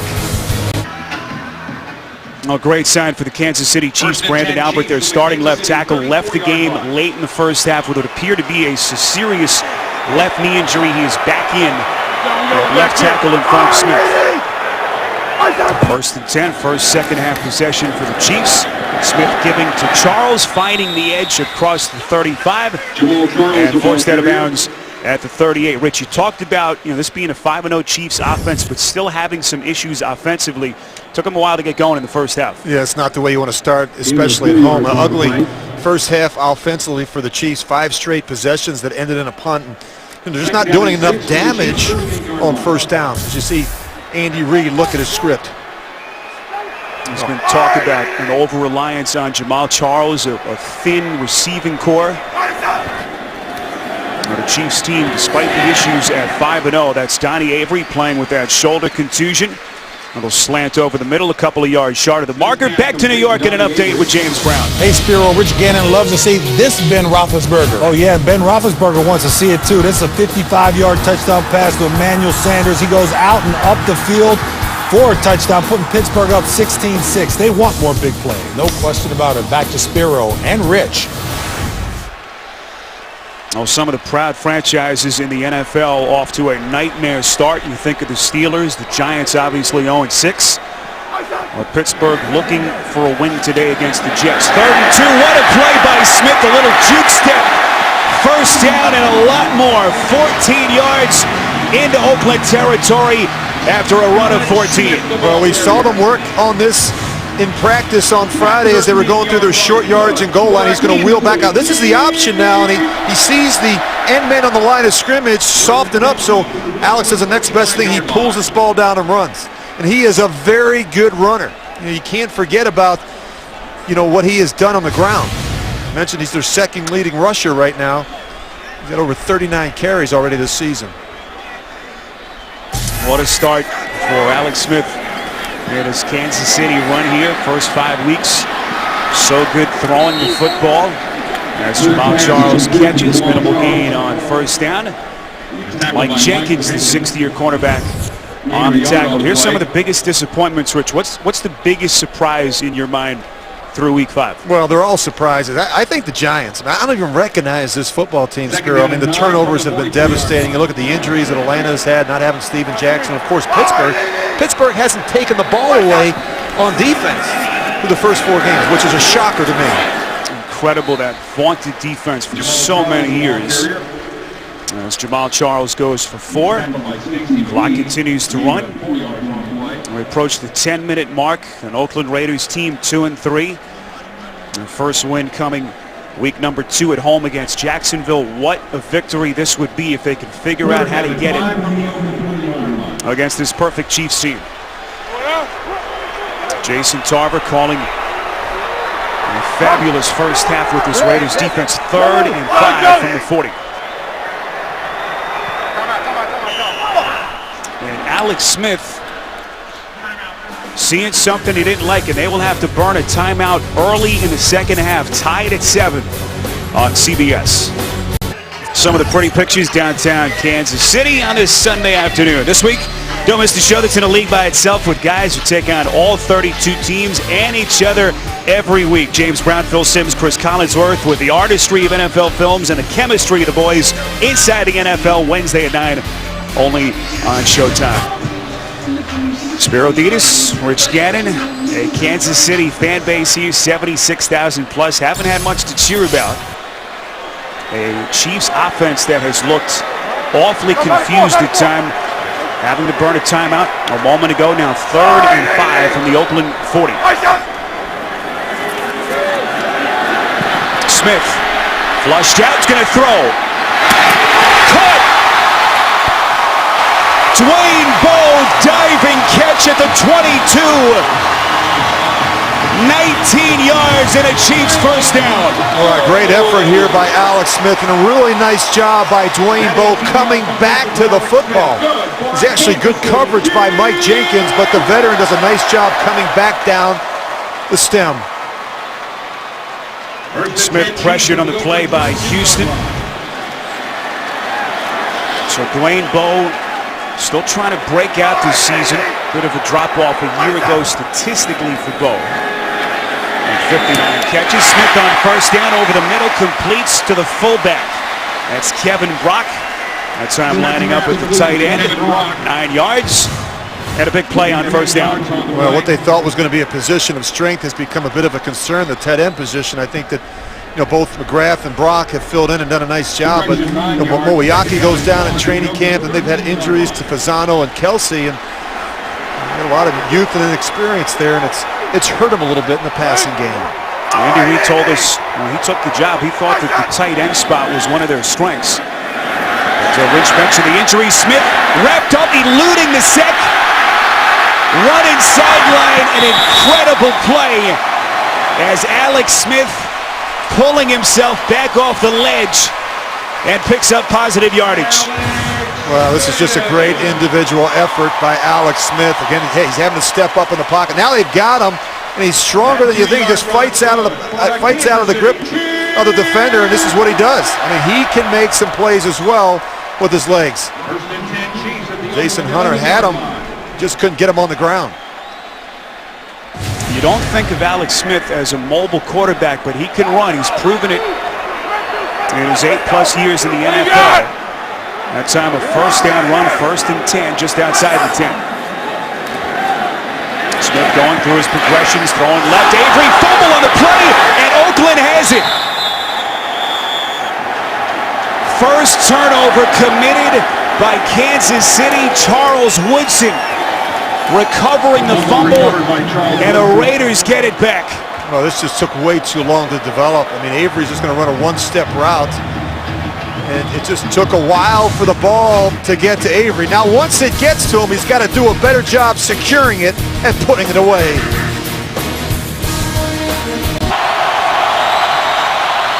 After the Chiefs turnover, 1st and 10, Raiders inside the 10.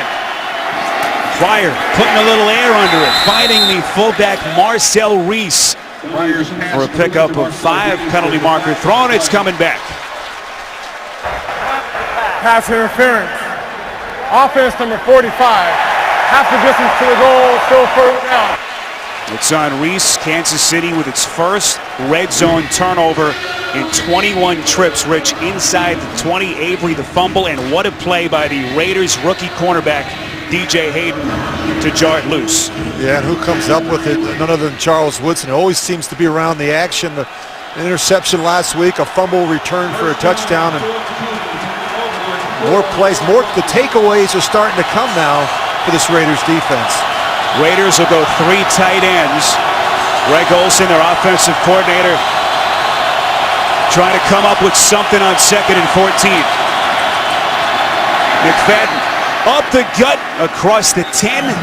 That'll give the Raiders some breathing room. Eric Berry, the safety, coming up to make the tackle after a run of 7. You think about the right side of that Oakland offensive line, Spiro. I mean, it's completely different than the one that started the day. I mean, you've got Lamar Mady in there at guard. You've got Matt McCants in there at the right tackle position. Brizell has had to step in from the guard to the center. I mean, even the left side, Khalif Barnes, wasn't a starter in week 1. So they've had a lot of change, and it's amazing that they're able to still keep things together for Terrell Pryor.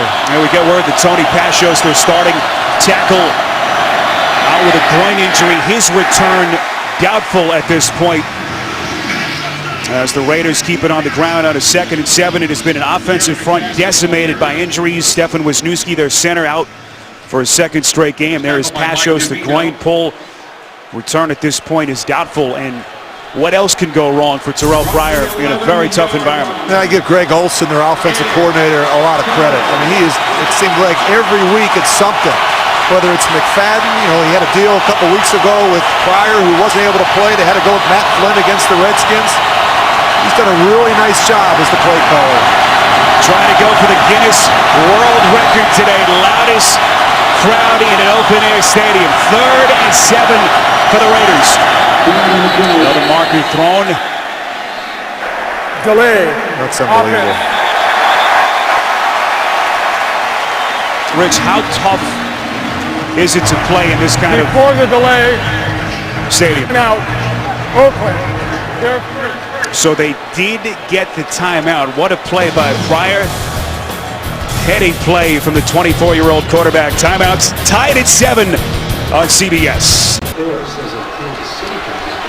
Well, the RUC here in the stadium started in 2012 by the Hunt family. Is the Chiefs art program designed to celebrate regional art, providing educational opportunities and engaging the community in a way that touches individuals of all ages and walks of life. We gave the credit, or I did, to Terrell Pryor that last time out. It came from the Raiders sideline, and the spot which of that shot clock and play clock, very difficult. Yeah, it's not in your vision. Look, this is becoming a reoccurring theme with Terrell Pryor. He's got to do a better job locating that 25-second clock before every snap. And we saw it with him a couple times already this season where he's oblivious to it. And that clock, it runs down, and the timeout actually comes from the sidelines. To do a better job finding that. Every time that I came into a new stadium, I always would take a look and find out where those 25-second clock were placed in each end zone. And this one is up a little bit higher. You like it in your vision. You like it down, on the near the goalpost, a little lower. But regardless, you have to check that every time you come out of the huddle. Pryor's talked about one of the issues he's had is dealing from play to play, mentally collecting his thoughts from one play to the next. 3rd and 7 from the 10.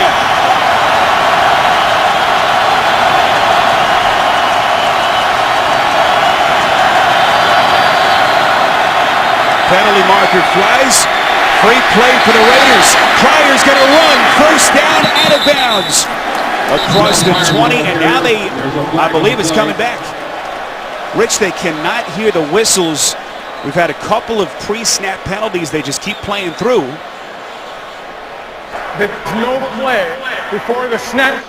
False start, illegal snap. Offense, number 65. Half the distance to the goal, still third down.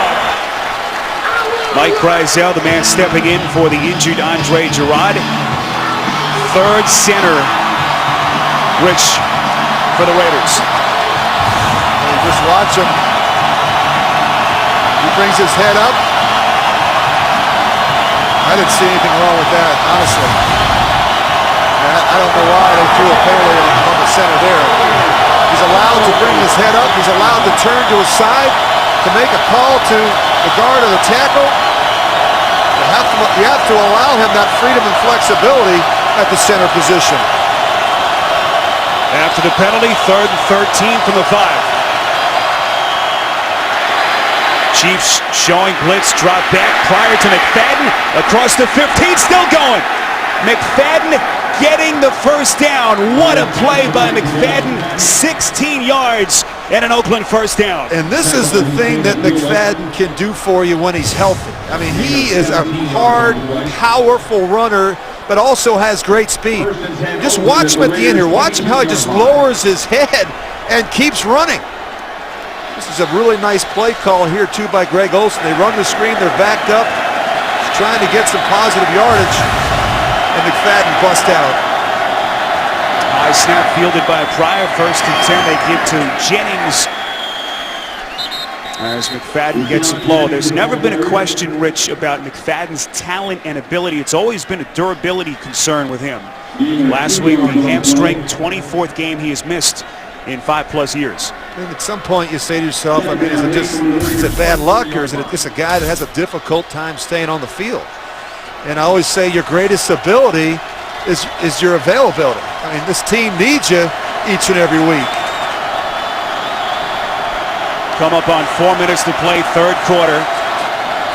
2nd and 8 from the 24. Pryor airing it outside line, nearly intercepted. Marcus Cooper, the rookie, calling for the offensive interference. No penalty, and it'll be 3rd and long. That was really nice coverage there by the rookie, Marcus Cooper. And here's this. Cooper's a free agent. He's come in as a rookie. He's really done a nice job. He has the size. And actually, that one hits him in the face. He's got the size. He's got the long arms. He's got the length that you're looking for at the corner position. Cooper signed off waivers from San Francisco just prior to the opener. This kid has come out of nowhere, 7th round pick of the Niners. Bob Sutton said, we threw him in on the scout team. Couldn't keep him off the field. Another delay of game. That's incredible. He's not even looking at the 25-second clock. 5-yard penalty is still 3rd down. Rich, it's just a brain lock, isn't it? Well, you got to. I mean, if you're Dennis Allen, I mean, you've got to tell Pryor, hey, look, every time you break the huddle, just take a peek, see where you're at. And part of the problem is that he's having to do more at the line of scrimmage. In the past, he relies on Wisniewski, the center, to make all the calls and to clean things up front. But now Pryor's having to do more of that, and now it's taken away from the other things he needs to do, and that's mostly look at that 25-second clock. It's the 2nd delay of game penalty against the Raiders. 3rd and 13. Pryor, back foot throw, it's intercepted. And the first major mistake by Pryor, Quentin Demps with the pick.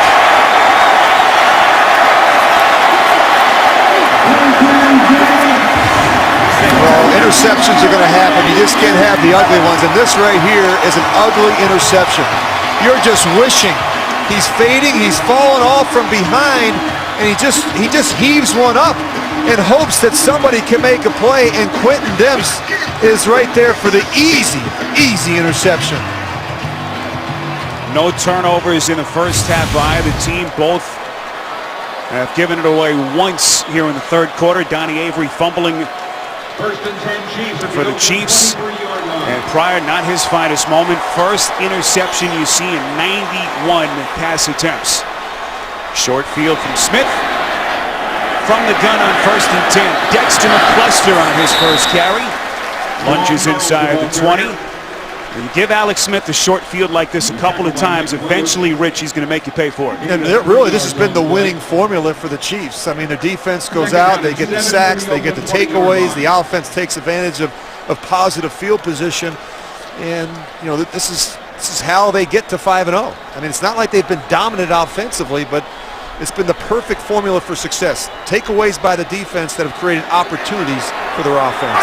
Donald Stevenson in again for Brandon Albert to tackle. 2nd and 6, little screen pass. McCluster, so dangerous in the open field, forced out of bounds. It'll be 1st and goal, Chiefs, with 3:16 left in the third. 10 yards through the air. Well, this is good to see, getting Dexter McCluster on the field. I mean, he brings a totally different element to this offense.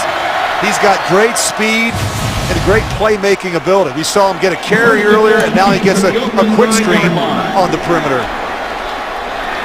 Slow start for Smith, now 13 of 25 for a $127. 1st and goal inside the 10. Draw play, Charles inside the 5. Charles a touchdown run in the first half. That time 5 as the Chiefs inch closer. Yeah, really nice hole here for Jamaal Charles. Look at that. They do a nice job, the center, Rodney Hudson, getting up on the 2nd level. And Jamaal Charles is able to do the rest. Charles, 4th leading rusher in the NFL a season ago, better than 1,500 yards.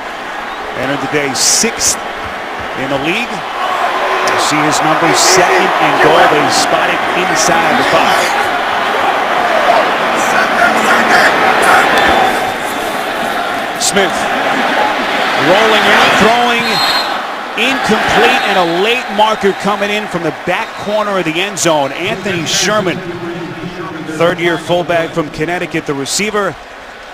That's going to be a hold defensively, I think, on Tracy Porter. He was locked up on Dexter McCluster. Before the pass, holding, defense, number 21. Half to the goal, automatic, 1st down. It's actually on Mike Jenkins. Jenkins is outside on Bowl. Well, right there, he grabs him. There's really no reason for it.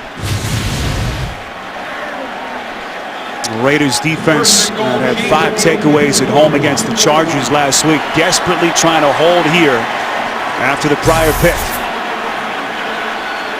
The Chiefs have not been good on 3rd down. You saw it a moment ago. 8th penalty for the Raiders. 1st and goal, Chiefs from the 2. McGrath in motion.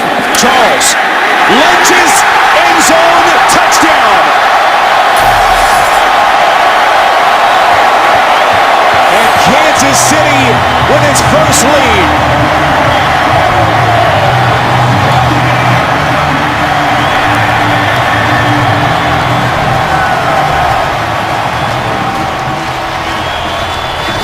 We'd like to get Jamaal Charles lined up in the eye behind the fullback, and he just does a nice job here with the 2nd effort. You just see him, he's always leaning forward at the end of runs.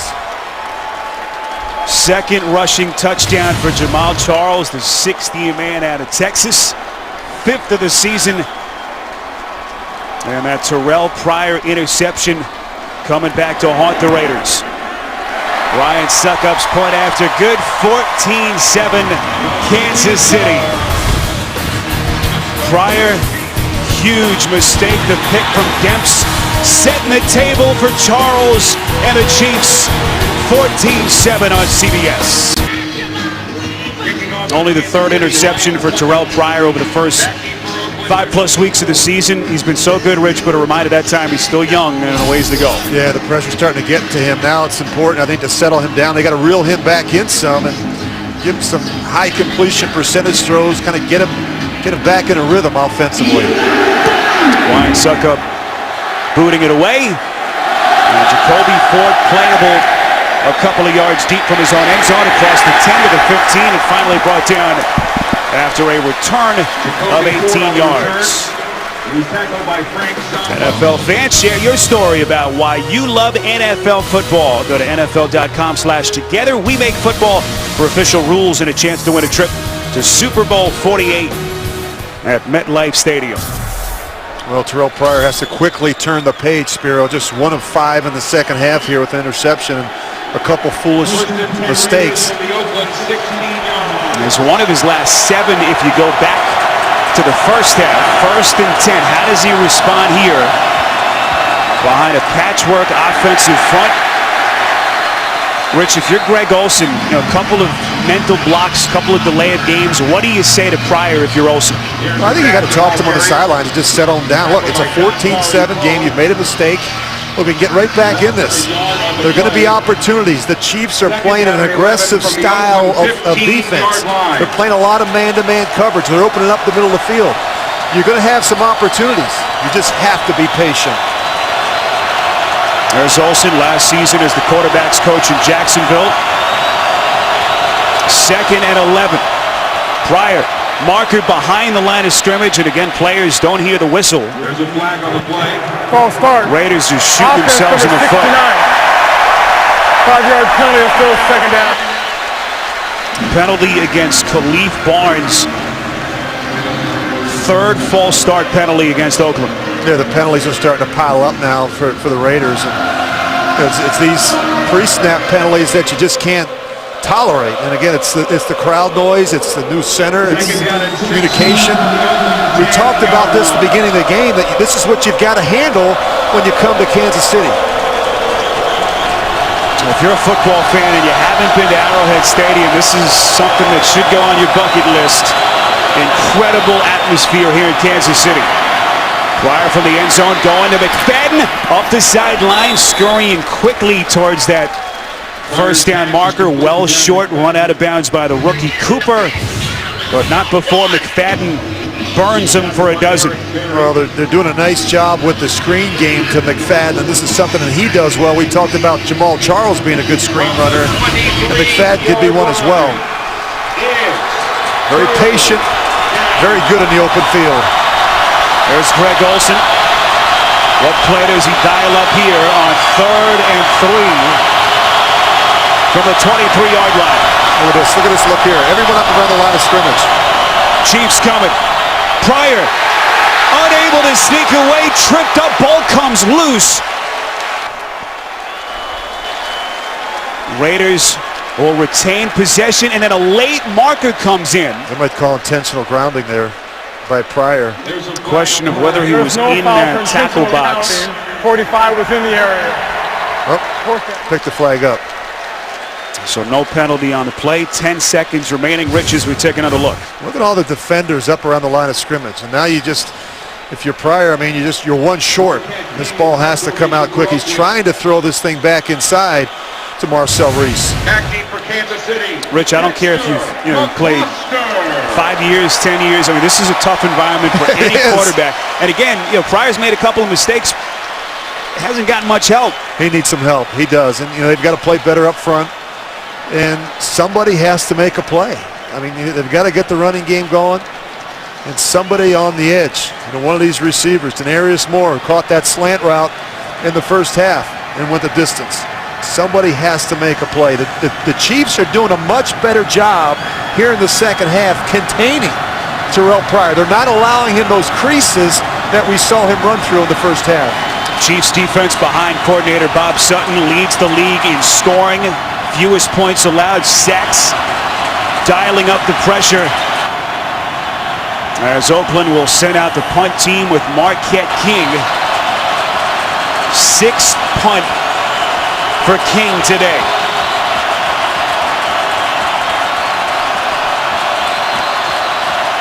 This kid has had an incredible day punting the football.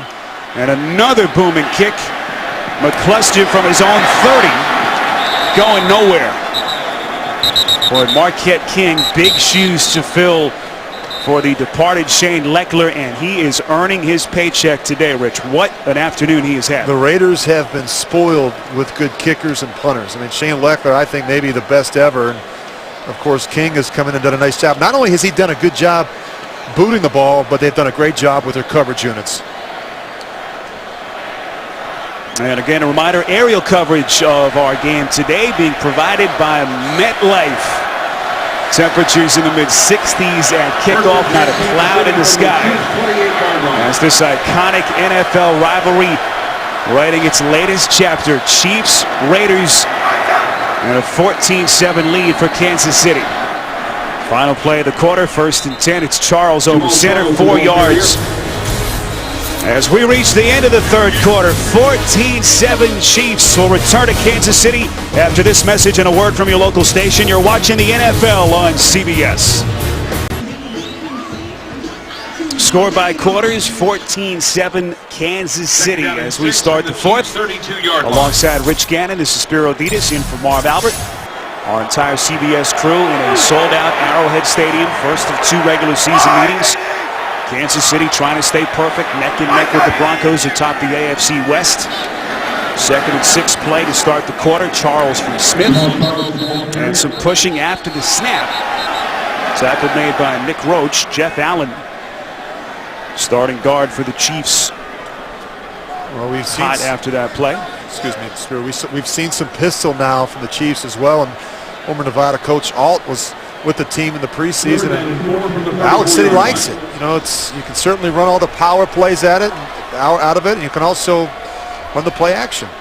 It'll hurry up on 3rd and 4. Smith eluding the sack. Throwing sideline, able to get rid of it. Jason Tarver, Raiders defensive coordinator, looks like he's okay.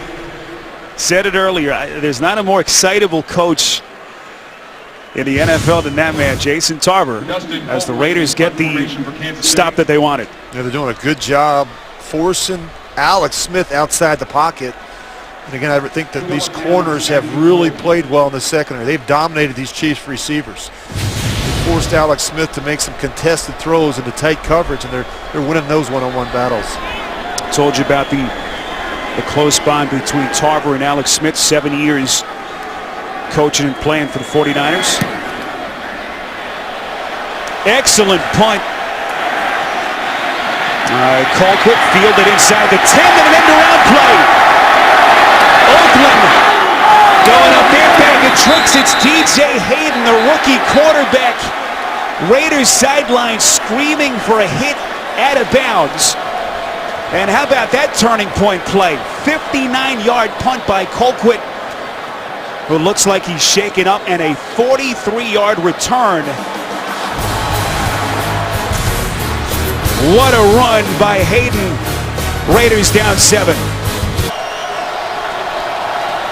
Officials determining that DJ Hayden stepped out of bounds at the 34-yard line on that last punt return. So 1st and 10 Raiders inside the 35. Pryor airing it out down the sideline for Streeter. It's incomplete.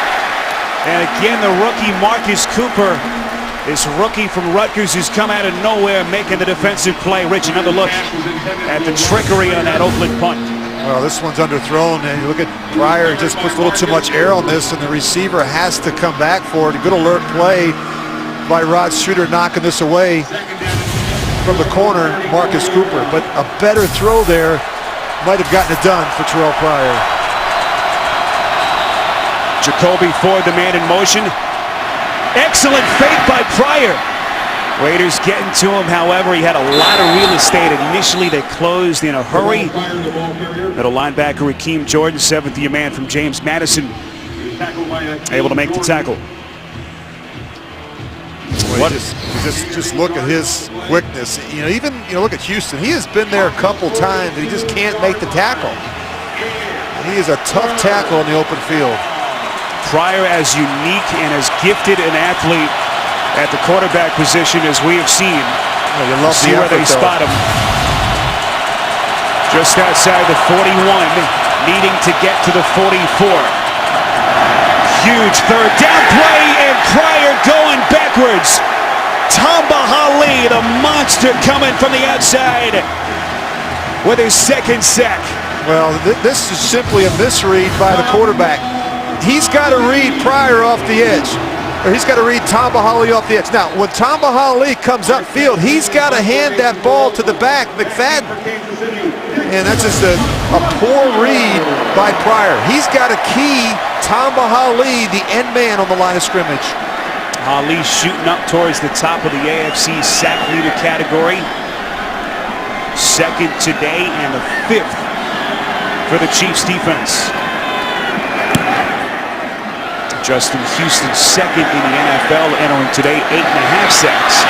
Another booming kick by King McCluster, desperately trying to find some airspace, and brought down after a 47-yard punt and a 4-yard return. 14-7 in Kansas City. Rich, if there was ever a time today for a long extended drive from the Chiefs, it's right here. Yeah, I think part of your responsibility as a quarterback is to make sure that everybody in the huddle clearly understands the situation in the game. 1st and 10, Smith faking the handoff way too high for the tight end, Sean McGrath. And the message, Spiro, that I'm going to be delivering to the other 10 players in the huddle is that if you allow a team like the Oakland Raiders to hang around in the 4th quarter, something bad will happen. And, you know, you just mentioned, you know, it's be a great time for a 10 or 12 play drive. You know, eat up some of this clock. Find a way to even get a field goal in this situation. Turn it into a 2-score game. But don't allow that guy right there, Terrell Pryor, another opportunity, because he has done it a number of times in his career. I saw him do it a bunch at Ohio State. 2nd and 10, here's Charles. Raiders holding, so a 3rd and long coming up. Oakland's defense just trying to get it back to Pryor and give the young quarterback a chance. Well, but just Kansas City, you finally think, Rich, that they've turned the corner. Now they struggle again, as you see they're looking at that right hand of Pryor. Well, he has been hit a bunch today, and of course he has run the ball so much. And it was a big 3rd down for the Chiefs. They have not been very good in 3rd down situations, just 2 of 10. This is 3rd and 7. They mark it outside the 20. Smith 13 of 27 for 127 today. Raiders coming with the blitz from the edge. They pick it up. Charles catches, but is going nowhere. Future Hall of Famer Charles Woodson right on the back of Charles. And the Raiders are going to get it back. Well, they do a really nice job. They're going to bring Ross off the edge. It's just really a 3-man rush, but no one picks up the safety, and it forces Alex Smith to slide to his left and quickly get rid of that ball. Of course, Charles Woodson right there for the easy tackle. They've done a nice job in the secondary, not only communicating, but changing up and disguising their looks and coverages. Rich, you talk to people, you know, people acknowledge that Woodson has lost maybe a half step, but his football instincts as good as they've ever been, even at 36. These punters have had a marvelous day. Dustin Colquitt's going to get a nice favorable bounce inside the 20 and out of bounds at the Oakland 18-yard line. 60-yard punt timeout. 14-7 back with you in Kansas City. 10:46 remaining. Terrell Pryor, 3rd-year quarterback out of Ohio State, desperately looking for points. Down 7, 1st and 10. Draw play to McFadden. Quiet start from McFadden, coming back from the absence last Sunday with the hamstring strain. And can this Oakland offense find some consistency, Rich, against this defense that's been so good? They started well, but boy, they have tailed off here over the last couple of quarters.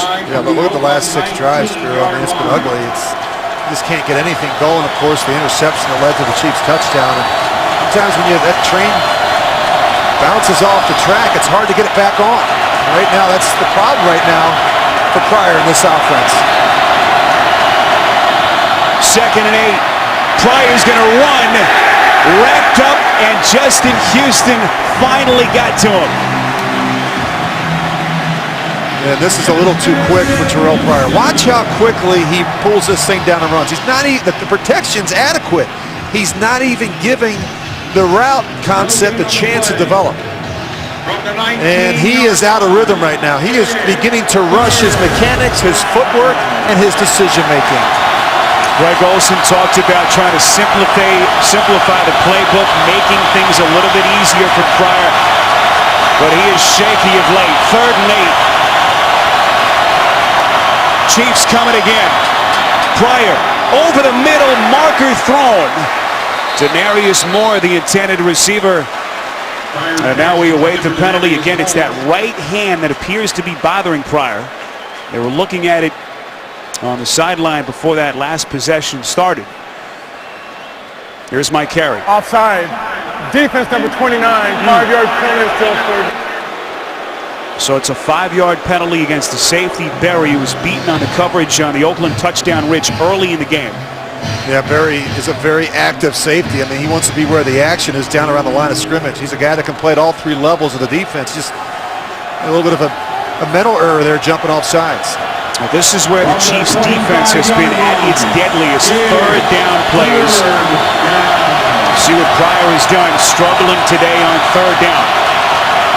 3rd and 3.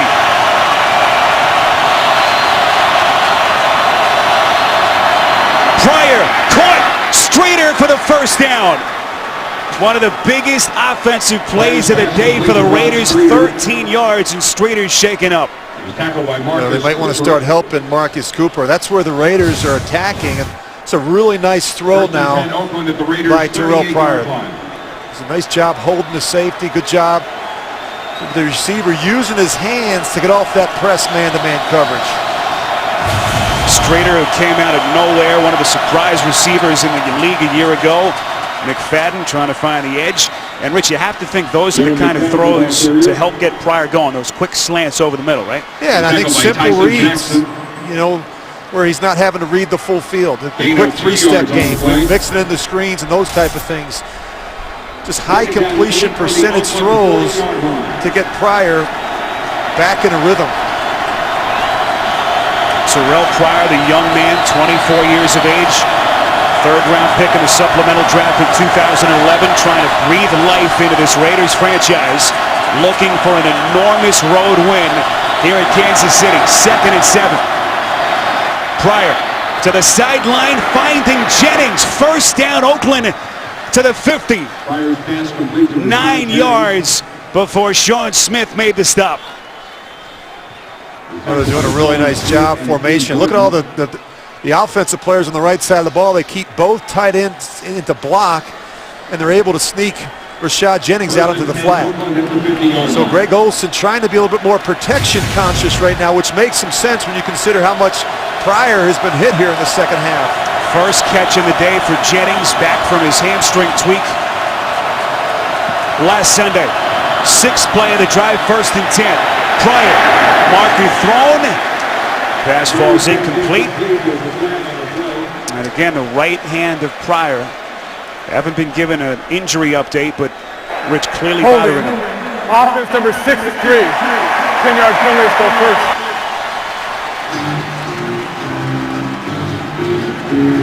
So the penalty against Oakland, they just cannot get out of their own way. It's Lamar Mady pressed into action with the injuries. Coming up, Subway postgame show from New York. JB, Dan Marino, and special guest Bart Scott standing by in the studio. Busy Week 6 scores and highlights. It's all coming up on the Subway postgame show.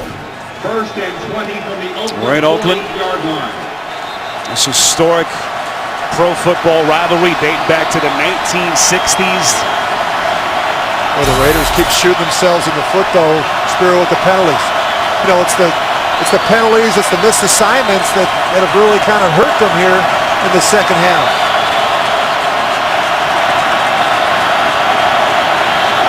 First and 20. Pryor, play action. Chiefs coming, and Pryor smacked Tamba Hali, putting the Chiefs on his back. 4th sack for the Pro Bowler and number 7 for the Chiefs. Well, they just can't handle Tamba Hali right now. He's going to come off the edge, and the tackles are really struggling. McFadden's even in there to try and help out, and Pryor has to get rid of the football. He just doesn't have that time right now in the pocket. They are struggling on both edges. McCants on the one side, Pashos is out. They are beat up now along this offensive line. Chiefs lead the league in the sack department. That time, Oakland losing a dozen. Delay a game again. Offense, 5 yards for 2nd down. Terrell Pryor clearly underwhelmed at the moment Rich, the third delay of game penalty, just inexcusable in the NFL. And Greg Olson's trying to help him out. I mean, not a lot more you can do. I mean, he's getting the plays in quick. We've been watching that. Pryor's got to do a better job. I mean, what else can you say? I mean, you've got to look at that 25-second clock. Right now, it's a problem. It's at 13 seconds. It's at 10. And they're not even getting lined up. And what's making it even worse is that the Chiefs keep moving around, giving confusing looks defensively. 2nd and 37. Pryor made one guy miss, but not the second. Eric Berry.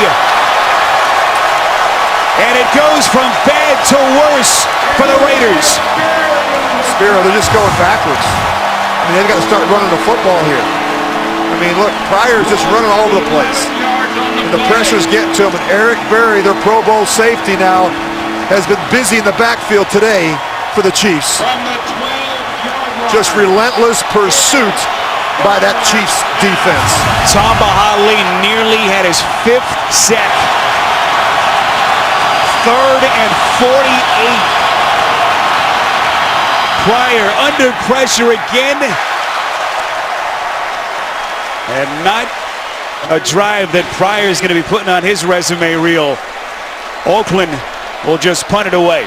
Spiro, I spent 17 years as a quarterback in the National Football League, and I don't ever recall a situation where I had a 3rd and 48. I mean, that is amazing, a 3rd and 48. If you're Greg Olson, I can promise you, the offensive coordinator for the Raiders, you don't have a single play on your play sheet for a 3rd and 48. Well, Marquette King has been incredible today. He's going to need another big one here, 5 yards deep in his own end zone. Shortest kick by far on the day from King. It will take a Raiders bounce, but a short field nonetheless for Alex Smith and the Chiefs. 46-yard punt. Oakland desperately trying to stay within striking distance, down 7. The NFL on CBS is sponsored by Subway. Try the Tuscan Chicken Melt $6 footlong special today. And by Toyota Care. Scheduled maintenance, no cost.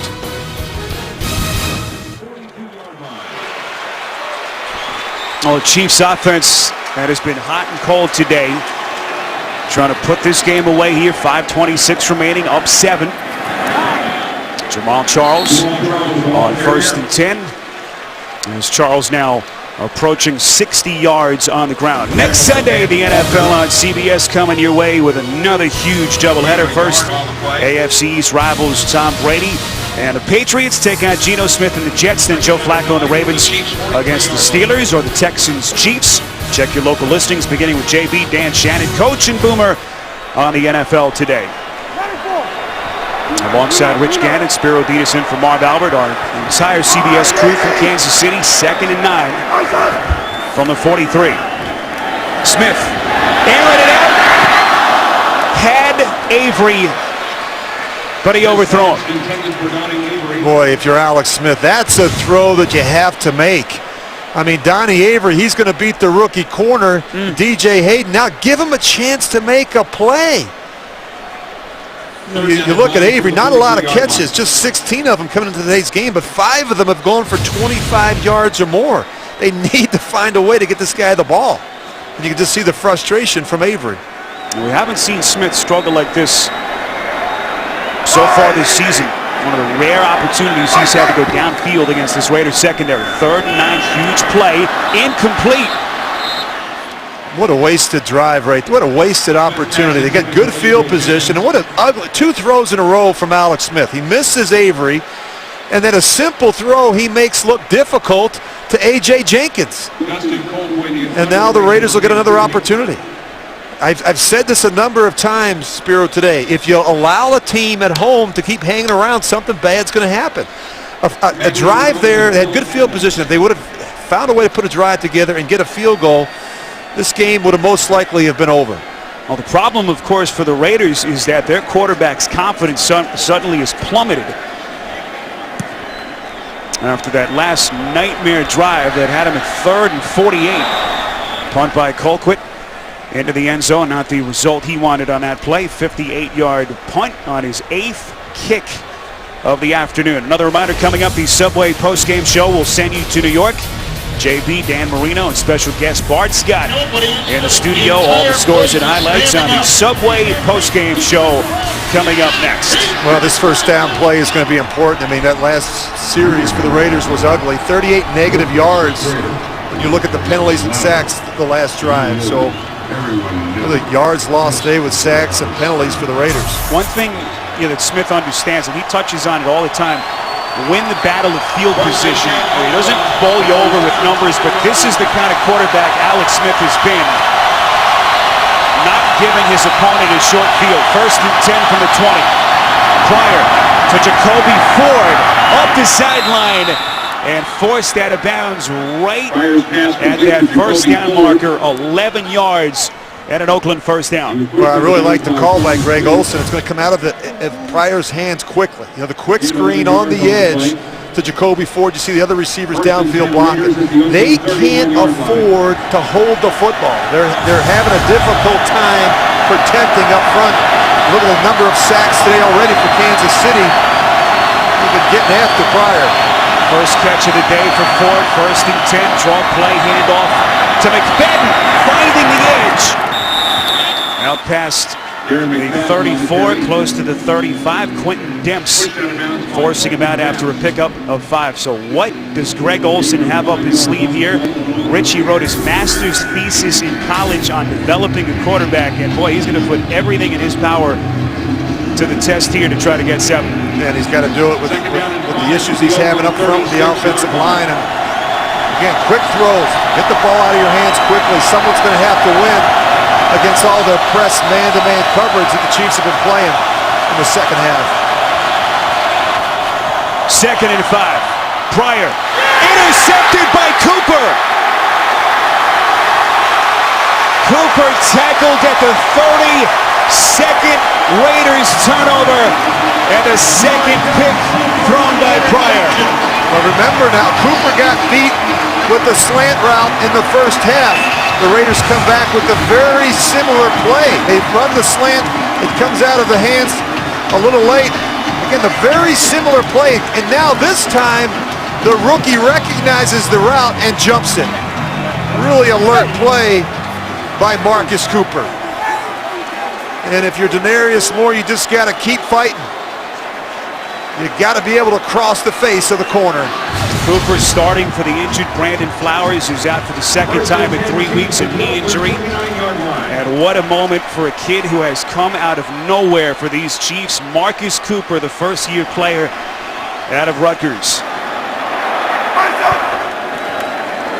So 14-7, 1st and 10, Charles on the take. And if you're Alex Smith, and if this team is going to be good enough as they hope they are, Rich, you have to think that you need to put the game away right here. Yeah, you know, obviously he's not played well. 14 of 30 for 128 yards. I mean, I think you just keep running the football if you're Andy Reid. I mean, you're already in field goal range, and you just, quarterback's not playing well. Why risk it? Why take a chance? Just keep feeding Jamaal Charles. Andy Reid looking at his playbook, 2nd and 6 from the 25. Dwayne Bowe, the man in motion. Smith to Charles. Charles to the edge, 1st down and more. Taken on Woodson at the 15-yard line. Hard collision, 12 yards and a Kansas City 1st down.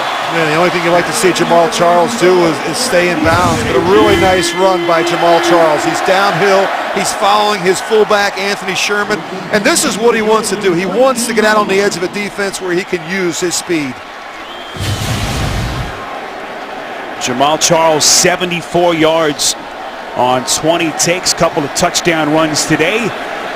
And the Chiefs looking for the knockout punch. Maybe run the same play. Sure do.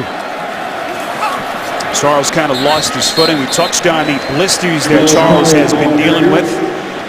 Richie's been soaking his feet every waking moment during the week. We asked Andy Reid about it. Andy told us Charles has the ugliest feet he's ever seen in 14 years of coaching. I don't know, but they work, though. You think about this kid and what he's meant to this team. You had a career best 1,509 rushing yards last year, and So you got to look at Terrell Pryor, who's bummed out. You know, just the 2 turnovers today here in the second half for Pryor. You can't do that against a team that has been so good at taking the ball away defensively.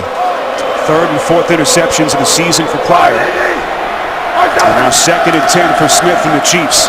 Charles again, the workhorse into the 10. Lost the football, but out of bounds. A lucky bounce for the Chiefs. Charles Woodson coming up from the safety position with a hard hit. And the one thing Jamal Charles can't do is put the ball on the ground. You see it's a little loose right there. Charles Woodson is as good as there is in football at punching the ball out.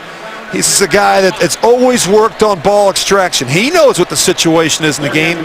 Jamal Charles has to do a better job getting violent on the boundary. And Jason Tarver, the Oakland defensive coordinator, told us last night, Charles, as good as he is, he'll swing that football at times, and they're going to take their chances. 3rd and 6. Oakland's defense must hold here. Lions whistles blow the play dead. Delay. Offense. 5-yard penalty, still 3rd. What is going on with these quarterbacks? Look at the frustration from Andy Reid. Alex Smith, he's a veteran guy. He should know better. You take these delay of game penalties in the red zone. I mean, it's not been a pretty day for this Chiefs offense. It's been hard to watch. Well, all the talk and excitement here in Kansas City, a franchise finished 2-14 a year ago, one of 3 remaining unbeatens, the Broncos and the Saints. The other 2. This ball's going to come out quick. Boy, you got man-to-man coverage right down here at the bottom. 3rd and 11, Smith flushed out, incomplete.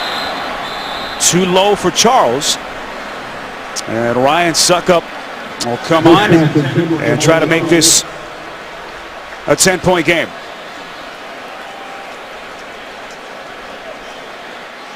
Well, we still have the 2-minute warning remaining. Raiders have 2 timeouts left. And here is Succop now, first in Chiefs history, hitting better than 81% of his field goal attempts. 12 of 15 in his career against Oakland, this one from 33 yards.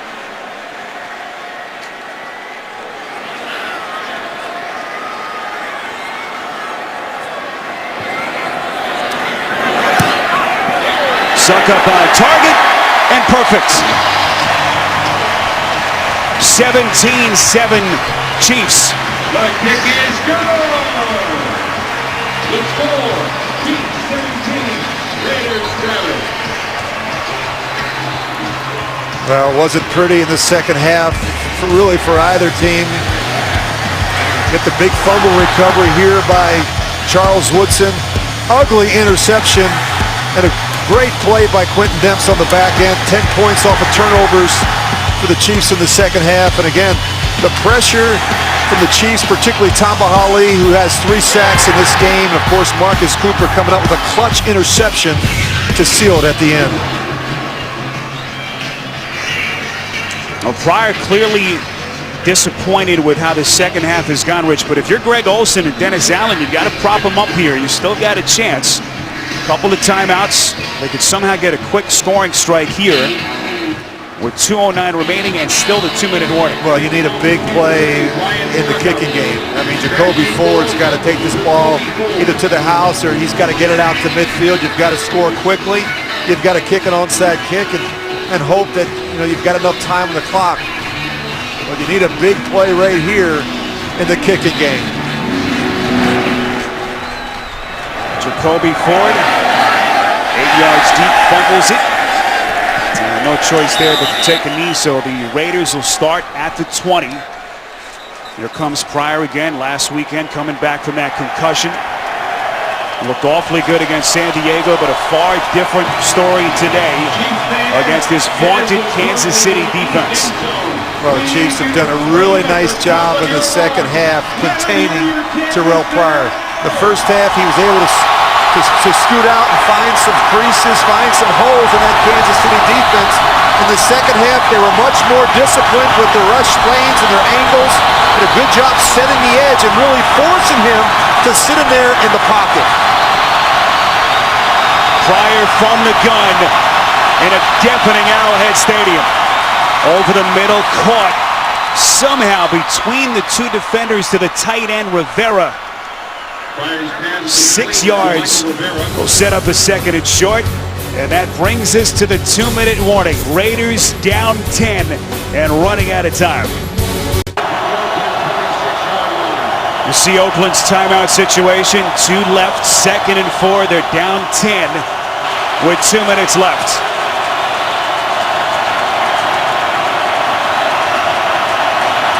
Marcel Reese, the fullback in the backfield. Pryor throwing sideline. It's caught. Denarius Moore had the 39-yard touchdown earlier, and Rich, that has to be the strategy, right, for Pryor, throwing sideline and trying to get out of bounds. Yeah, you got to try and use the boundary, but they've got to pick up some chunks. They've got to be able to throw the ball down the field. The Chiefs are going to try and force things back inside. They'll allow them to complete things underneath and rally to make the tackle to keep this clock moving and force the Raiders to use those timeouts. Well, Terrell Pryor, who just a week ago was coming back from the concussion, eluding Tamba Hali, spinning away, airing it outside line, and it is incomplete. Streeter was sliding for it.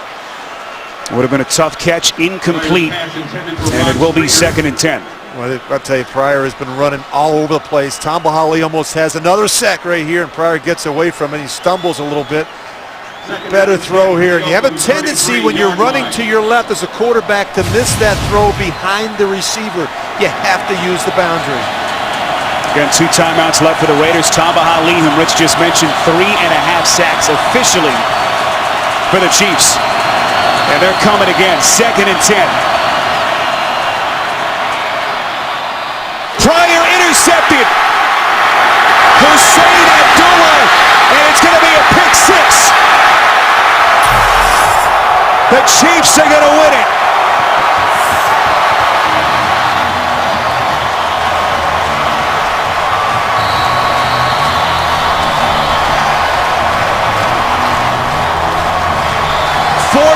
Yards on the interception returned by Abdullah, the 50th man out of Washington State.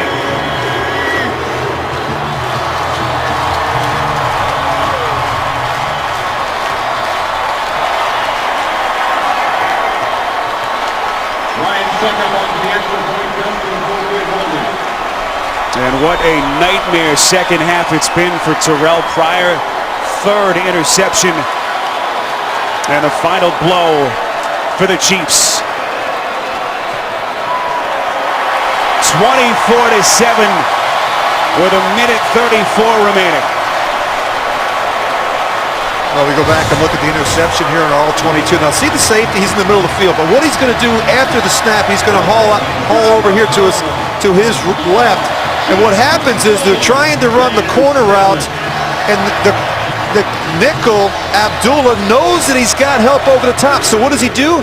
He trails and falls behind underneath the receiver, knowing that he's got help over the top from the free safety. Again, playing man-to-man coverage with help over the top allows Abdullah to be more aggressive and play that trail technique. Oh, you see there, Rich, 5th return touchdown of the season for the Chiefs, and what a story that man is. Hussein Abdullah, 28 years of age.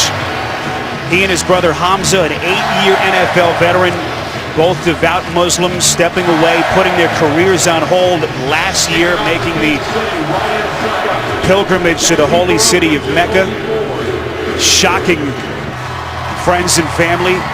Abdullah trying to get back into the NFL upon his return. Chiefs gave him a non-guaranteed 1-year deal.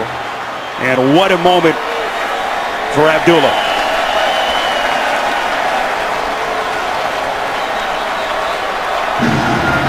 So 24-7, 24 unanswered points for the Chiefs. And Rich, you look ahead to the schedule. Houston struggling, a couple of winnable games coming up. And they are on a collision course with Peyton Manning and the Denver Broncos in mid-November. Yeah, you know, week 11, we could have the battle of the unbeatens in the AFC West. And it's amazing, you know, how the expectations have changed for Kansas City. This is a 2-14 team a year ago. Andy Reid came in and he changed the culture and the environment. And now this team really believes that they can win the AFC West. Chiefs' first team to ever start a season 5-0 a year after winning just 2 or fewer games. And That one nearly picked again. They're just teeing off now against Terrell Pryor. Rich, you're right. If you're a Chiefs fan, you have to pause and appreciate just how far this franchise has come in 10 months as we take a look at the replay. Yeah, these corners now are just sitting on these routes. You see Dante Robinson, he's trying to get his now. And these receivers for Oakland, you've got to come back to the football once it leaves the hands of Terrell Pryor. These cornerbacks are just sitting on these routes. Growing pains, as you'd expect for Terrell Pryor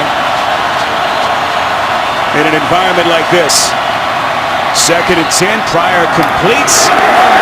It's Bryce Butler, the rookie out of San Diego State. Rich, you're a young quarterback. You'll learn from this if you're Pryor, but boy, was it ugly at times in the second half. Yeah, it really was. You know, you talk about the biggest reason for the turnaround in Kansas City. Without question, it's the turnover ratio. Last year, they lost games because they gave it away in record numbers, and they couldn't take it away on defense. This year, it's been a completely different story. The defense has been outstanding at creating turnovers and field position and sacks, and of course, Alex Smith and the offense have been able to take advantage. There's Dennis Allen, youngest coach in the NFL. He feels a lot better about this team than he did about last year's squad. Such a trying year personally. Last year, the first year for Allen as a head coach at any level. Lost his father Grady last December. Grady Allen, of course, former NFL linebacker with the Atlanta Falcons. And now 3rd and 5 for Pryor from the 25. Pryor nowhere to throw, is going to run it right around the 30. That's enough for an Oakland first down. A reminder, time permitting, we'll get you out to Buffalo for Cincinnati and the Bills. They have gone to overtime. Try to get you some bonus coverage, time permitting. 1:16 remaining as Andy Reid and the Chiefs just seconds away from a 6-0 start. Rich, they were the sexy pick before the season to be the most improved team in the NFL. 6 returning Pro Bowlers. I'm not sure anyone expected 6-0. No, but you know, you look at Andy Reid there, and done a terrific job. Prior to Reese on 1st and 10, close to the 40. I really felt, Spiro, that they could rebuild quickly due to the strong existing talent base here in Kansas City. They had a roster with 6 Pro Bowlers, and what they really needed was some guidance and direction, and that's just what Andy Reid has brought to the table. Now, really started at the top. Clark Hunt taking over this franchise after the passing of his father, one of the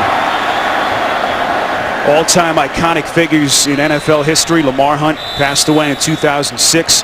And Clark Hunt readily admitted that he had to kind of change up his leadership approach. Didn't wait much time till after last season ended, hiring Andy Reid less than a week after their regular season finale, and kind of changed the reporting and upper management structure here as Reid brought in eventually the GM, his longtime associate in Green Bay, John Dorsey, and everything has just kind of clicked. Yeah, he's put together a really terrific staff, and I mean, they really started over. Currently, they have 30 new players on their 53-man roster, and that includes 12 rookies and first-year players, one of the youngest teams in the league. Once again, the Chiefs fans today trying to break a Guinness Book of World Records mark, and they have just been given word that they have set the record. Loudest crowd ever in an open-air stadium. We'll get the official word as Pryor evading another sack down the field and through the hands of Moore. It was deflected, and that breaking Moore's concentration. So 4th down coming up. We have really seen good defensive play, really, by both of these teams, Spiro. And you look at the corners and how they've played, really, for both teams. The Raiders dominated the Kansas City receivers, and of course, as you look at Eric Berry, the Pro Bowl safety for the Chiefs, the corners and the secondary of Kansas City has been outstanding. Bob Sutton has put together a terrific plan for the Raiders. Andy Reid tried to hire him twice in Philadelphia. Rex Ryan wouldn't give him permission. They have finally hooked up in KC. As Moore makes the 4th down catch, 1st down. Again, a reminder, time permitting, we will send you to Buffalo. Bonus coverage as the Bengals and the Bills are playing in overtime. Final 20 seconds here as the Oakland Raiders' long 6-game winning streak in Kansas City will come to an end. Pryor across his body again, finding Streeter inside the 35 and out of bounds with 6 ticks remaining. That one for 18 yards. I really believe the Chiefs have found their answer quarterback, though, Spiro. And this guy wasn't pretty today. He's got to clean up some things in his game and do a better job protecting the football, but he gives them hope. He gives them a spark that they haven't had in a long while at the quarterback position. And they have just announced the all-time Guinness World Record, loudest crowd ever in an open-air stadium. That is a world record.